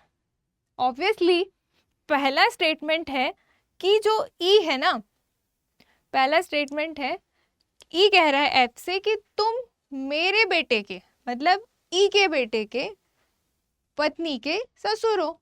मतलब ई कौन है, ई फीमेल है और एफ कौन है, मेल है। मतलब ये दोनों आपस में हस्बैंड वाइफ हो गए। तो कौन हस्बैंड है और कौन वाइफ है, अंडरस्टूड है कि एफ अगर फादर इन लॉ है तो एफ कौन होगा, हस्बैंड होगा ना, किसका, ई का। तो यही देख लो कहाँ लिखा है, F is the husband of E, ये है ऑप्शन नंबर बी।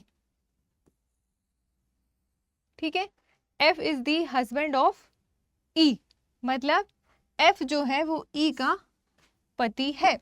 ठीक, इस तरीके से आपको इसको सॉल्व करना है। ठीक है, जो भी क्वेश्चन कह रहा है उसको आराम से थोड़ा केयरफुल होके पढ़ना, एकदम हड़बड़ी में नहीं करना कि अरे बन जाएगा ब्लड रिलेशन है ये तो हम आग लगा के आएंगे पेपर में, ये नहीं, है ना। थोड़ा आराम से कामनेस के साथ आपको सॉल्व करना है। ठीक है, चलो तो यहाँ पे right answer will be B. बाकी का तो देखने का सवाल ही नहीं, डायरेक्ट समझ में आ गया यहाँ से। चलो अगला क्वेश्चन देखिएगा। नेक्स्ट क्वेश्चन इज, क्या है question, Guru's mother is the only daughter of Sachin's mother. मतलब ये कि जो गुरु की माता हैं वो सचिन की माता की इकलौती बेटी हैं। ठीक है, जो गुरु की माता हैं, गुरु की माता, पहले तो गुरु की माता बना लो, ये हो गई मान लो गुरु और ये हो गई उनकी माता। ठीक, मतलब मॉम। तो जो गुरु की मम्मी हैं वो सचिन की माता की, अब कोई सचिन होगा, ठीक है, कोई सचिन है यहाँ पे, तो सचिन की मम्मी की इकलौती बेटी यही है, ठीक है, मतलब गुरु की माता। तो सचिन थोड़ा ऊपर बना लो आप, ठीक।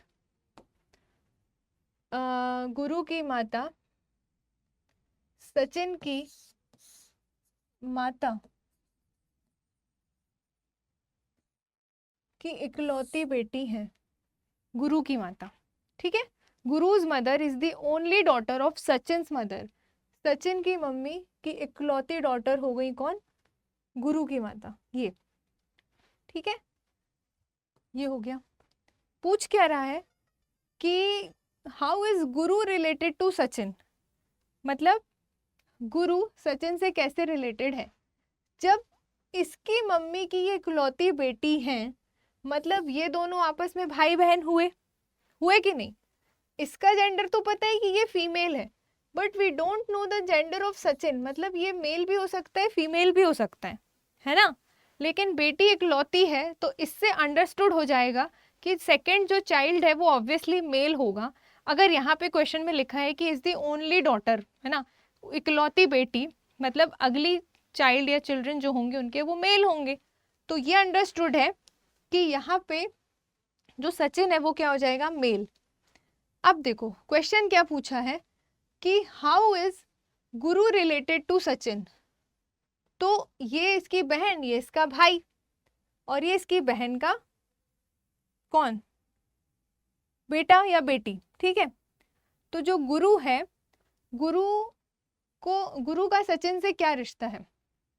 गुरु का, है ना, मतलब गुरु के बारे में आपको बताना है कि गुरु का सचिन से क्या रिलेशन है, मतलब गुरु सचिन का क्या लगता है, ये मतलब है, ठीक है। How is Guru related to Sachin, मतलब गुरु सचिन का क्या लगता है। तो गुरु सचिन का क्या लगेगा भाई?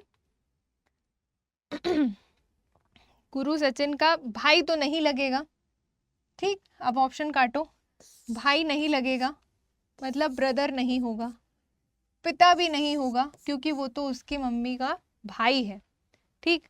अब मामा और भांजा, इन्हीं में बहुत सारे लोग गड़बड़ करके आएंगे। क्या रिश्ता बनेगा? पूछ किसके बारे में रहा है?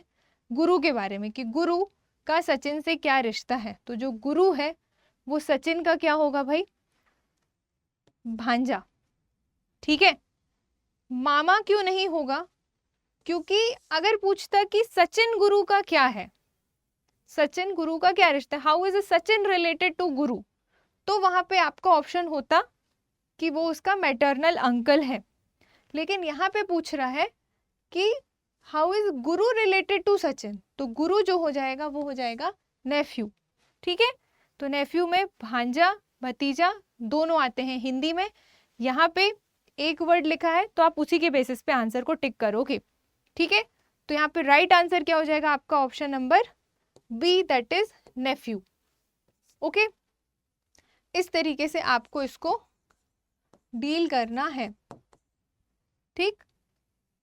तो जानबूझ के ऑप्शन उल्टे भी दिए रहेंगे कि रिश्ता मामा और भांजे का है, तो मामा भी ऑप्शन में होगा, भांजा भी ऑप्शन में होगा, बट आपको रिकॉग्नाइज करना है किसके बारे में पूछा है, ठीक है। तो यहाँ पे राइट आंसर हो जाएगा ऑप्शन नंबर बी। चलो अगला क्वेश्चन देखिएगा। क्या है क्वेश्चन कि Anita is the only daughter of the father of Arjun's maternal uncle. मतलब ये कि जो अनीता है वो अर्जुन के मामा के पिता की इकलौती बेटी है, ठीक है। जो अनीता है वो अर्जुन के मामा के पिता की इकलौती बेटी है। तो पहले तो यही ड्रॉ कर लो, फिर देखना कौन किसका क्या लग रहा है, ठीक है। तो देखो अनीता अर्जुन के मामा के, तो ये हो गया अर्जुन, ठीक है। अर्जुन के मामा मतलब यहाँ पे होंगे अर्जुन की मम्मी और यहाँ पे होंगे उनके मम्मी के भाई, तो ये बन गए अर्जुन के कौन? मामा या मैटरनल अंकल, ठीक है। तो अर्जुन के मामा के पिता मामा के यहाँ पे हो गए पिता, ठीक है। तो मामा के पिता की इकलौती बेटी है अनीता, ठीक। तो इकलौती बेटी, अब ये दोनों भाई बहन है, तो भाई के पापा बहन के भी तो पापा होंगे ना, कि नहीं होंगे? ऑब्वियस है, भाई के पापा बहन के भी पापा होंगे। तो ये जो बहन है इसकी, यही तो इनकी इकलौती बेटी है, ओनली डॉटर, ठीक है। यही इनकी इकलौती डॉटर है। तो अब बताओ क्या पूछा है क्वेश्चन में। डायग्राम हमारा यही फिनिश हो जाना है, जैसे आपने स्टेटमेंट को ड्रॉ कर लिया। अब क्या पूछा है क्वेश्चन में कि how is Anita related to Arjun, मतलब अनीता अर्जुन से कैसे संबंधित है। तो ये है अनीता, इकलौती बेटी यानी कि इसकी जो मॉम है, ठीक। ये हो गई अनीता। तो अनीता अर्जुन से कैसे संबंधित है, तो जो अनीता होगी भाई वो अर्जुन की कौन है, मम्मी, ठीक। तो राइट आंसर क्या हो जाएगा, मदर या माता, ठीक है।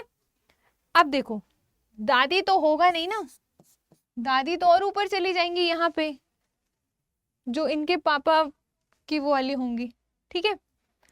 बहन भी नहीं होगी क्योंकि वो तो डॉटर, क्योंकि वो तो उनकी मम्मी है। चाची भी नहीं होंगी, ये वाले ऑप्शन अलग ही कट गए।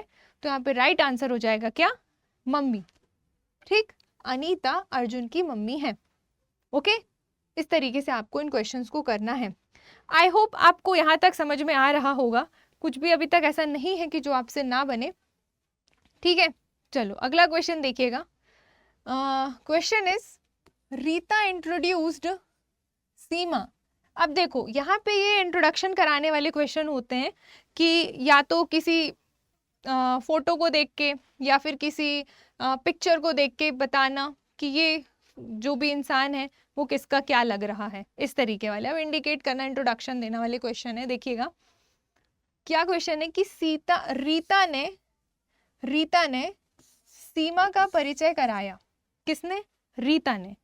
क्या बोल के कराया भाई कि Seema as a daughter of only son her mother, मतलब कि जो सीमा है, रीता ने सीमा का इंट्रोडक्शन कराया ये बोलकर कि उसकी माता, किसकी माता भाई, सीमा की माता, ठीक है। उसकी मतलब सीमा की बात हो रही है यहाँ पे।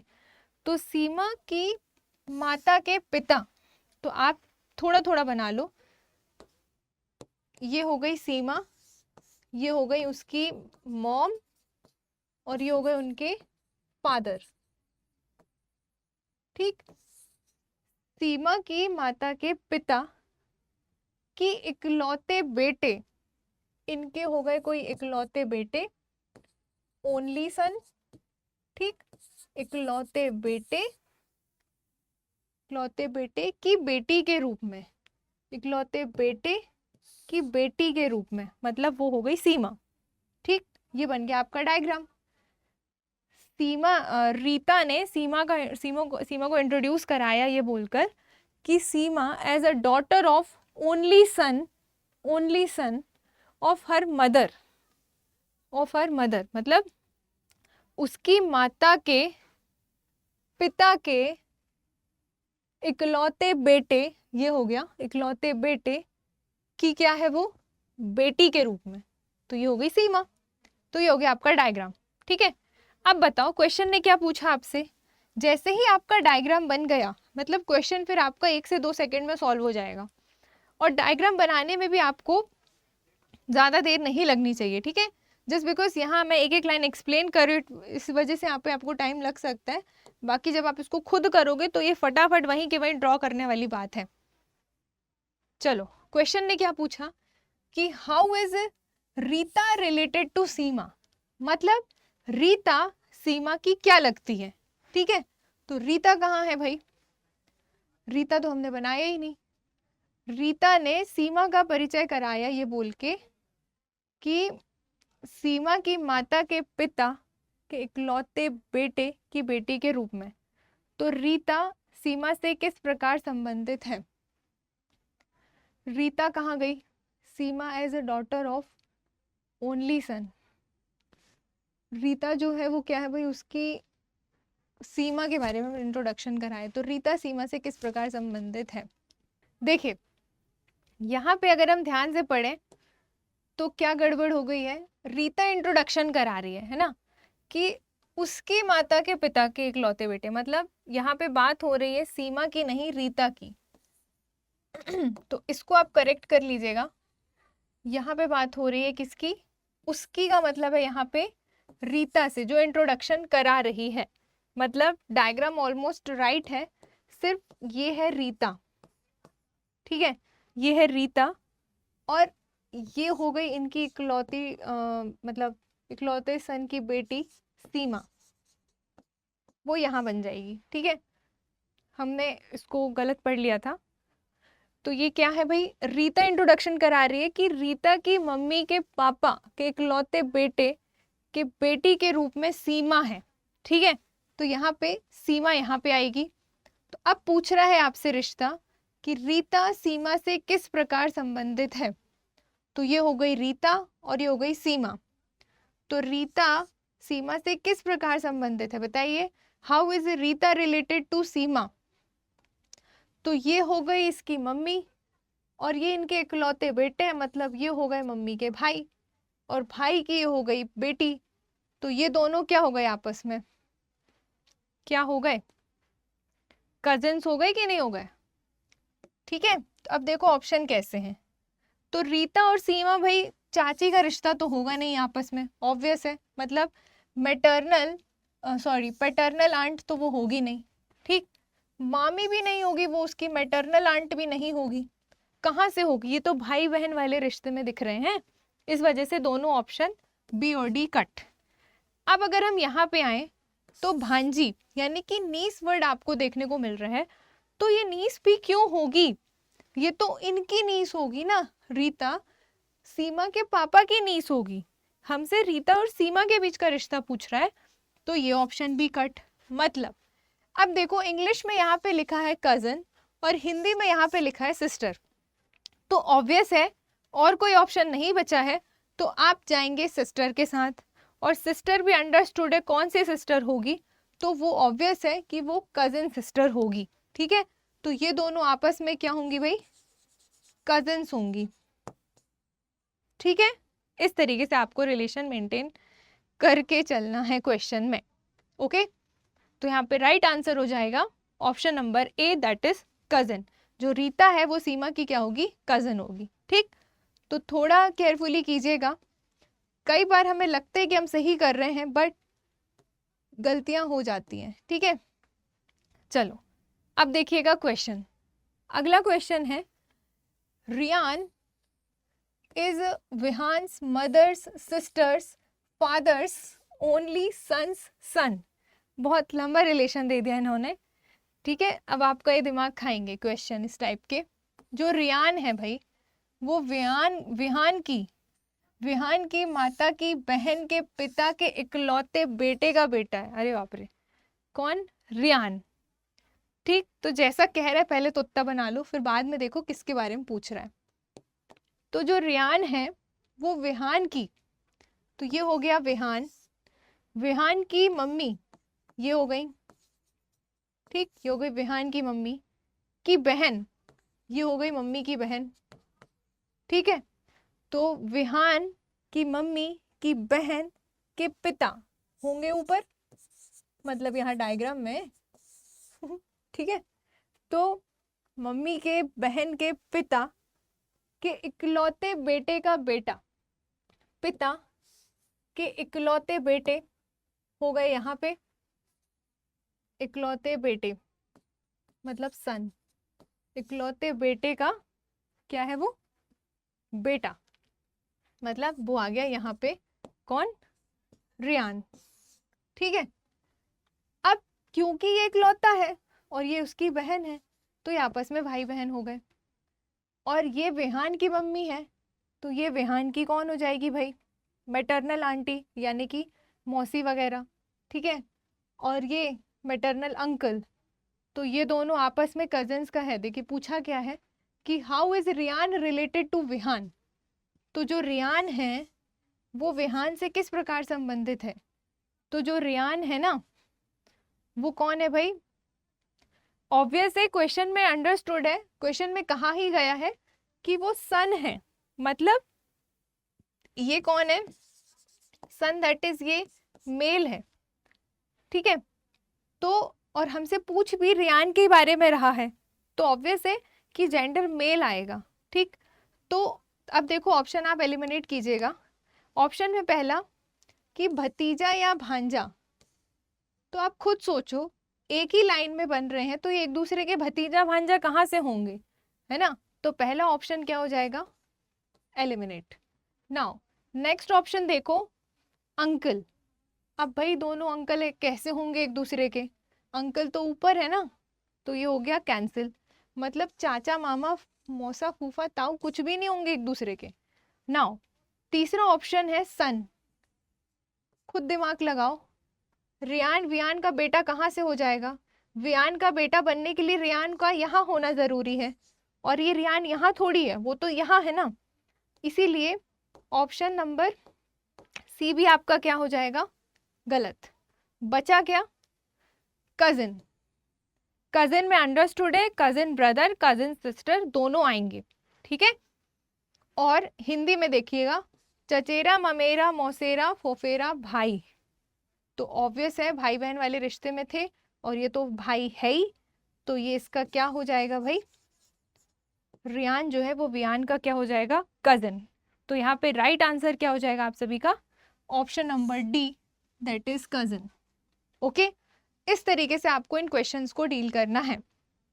ओके, चलिए बिना टाइम को वेस्ट किए हम चलते हैं अगले क्वेश्चन की तरफ। क्या है क्वेश्चन देखिएगा।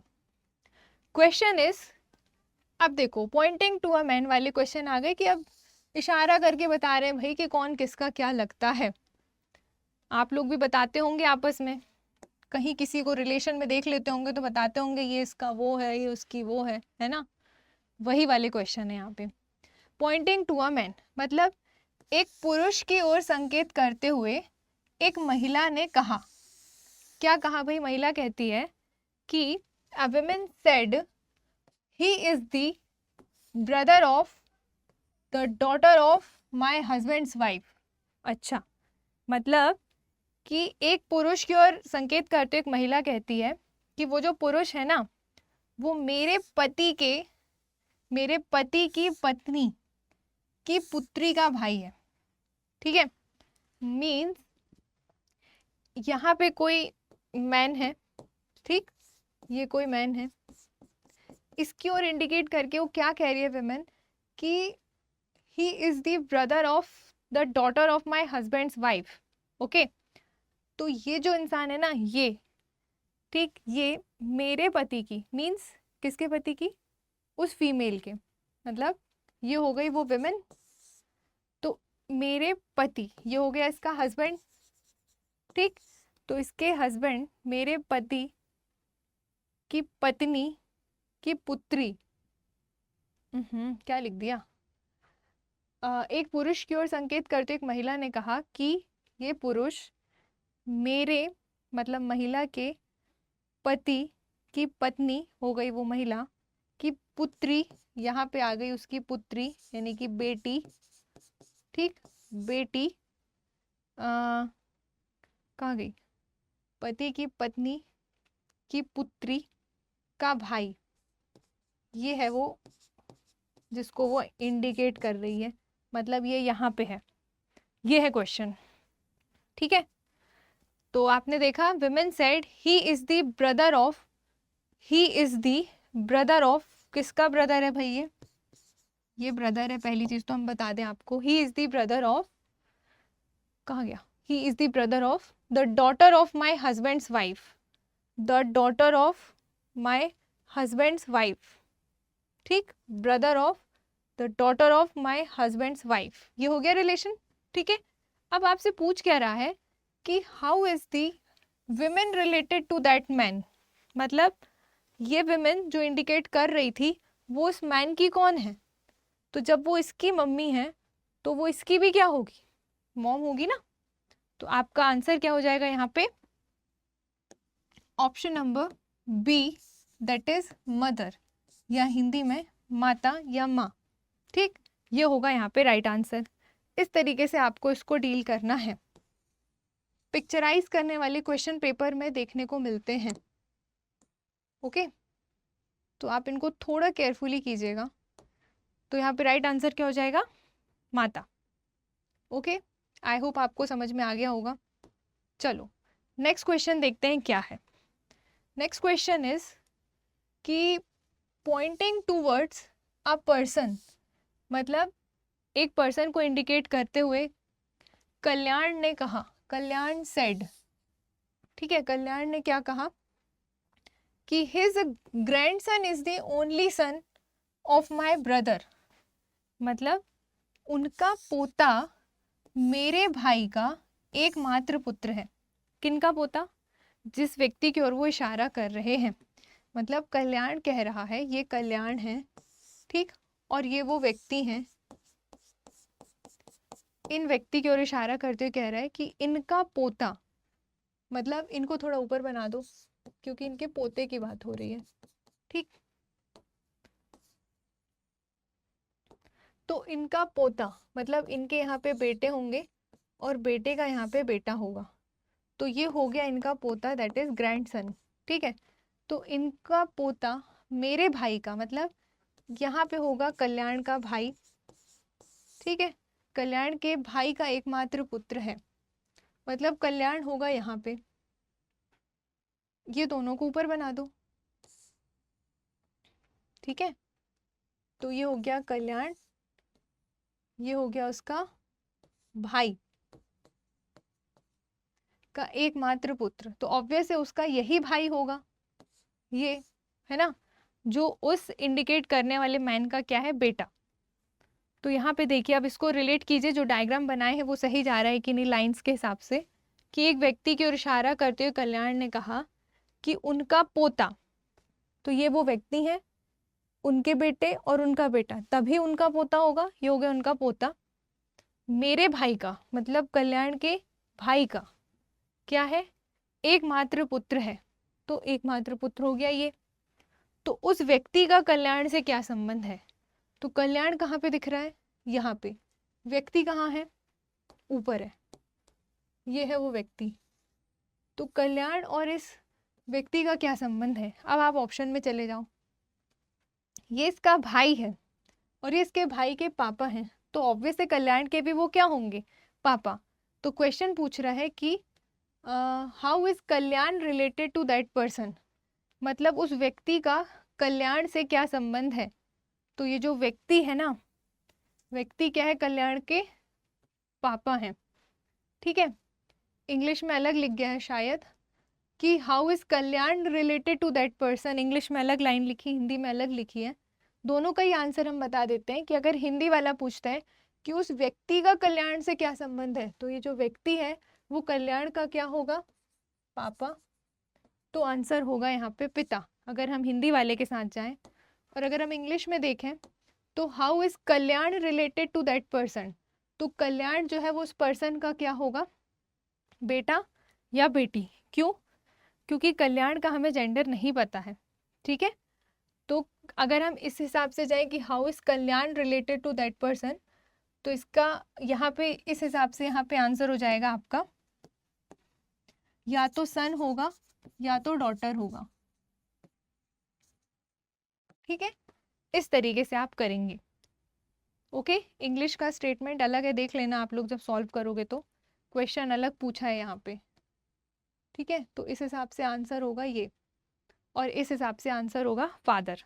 ठीक है, आई थिंक हमने सारे क्वेश्चन कर लिए हैं। हाँ, तो देखिए ब्लड रिलेशन से रिलेटेड जितने भी टाइप के क्वेश्चन फ्रेम हो सकते थे, चाहे वो कोडेड ब्लड रिलेशन का हो, चाहे वो पिक्चर को इंडिकेट करते हुए किसी को इशारा करते हुए कुछ बताने का हो, या फिर नॉर्मल वेरिएबल्स हो कि कौन किसका क्या लग रहा है। ठीक, तो ये सारे टाइप के क्वेश्चन हमने इसी सिंगल वीडियो में देख लिया। तो इट मीन्स अगर आपने ये वीडियो कर लिया तो आपका ब्लड रिलेशन पूरा सॉलिड हो जाना है, इससे बाहर कोई भी टाइप का क्वेश्चन नहीं होगा जो फिर आपसे ना बने। अगेन इस वीडियो में भी हमने from easy level to advance जितना भी हो सकता था हमने वो किया। रीजनिंग ऐसी ही है, इसी टाइप के क्वेश्चंस आपके एग्जाम में देखने को मिलेंगे। अगर आपने इस वीडियो को भी पूरा देख लिया ना, तो आपका सी सेट में रीजनिंग का पेपर में जो भी ब्लड रिलेशन होगा वो आप आराम से कर लोगे। Even in any other exams also यहाँ पे बेस क्रिएट हो जाता है आपका, जब आप इतना भी लगा लेते हो तो। ठीक है, तो चलिए हम आज की क्लास को अब यहीं पे एंड करते हैं, और इसी के साथ ये टॉपिक आज यहाँ पे कंप्लीट होता है। अब कल की क्लास में हम एक न्यू टॉपिक के साथ आपसे मिलेंगे। तब तक के लिए थैंक यू सो मच और have a very nice day. Thank you.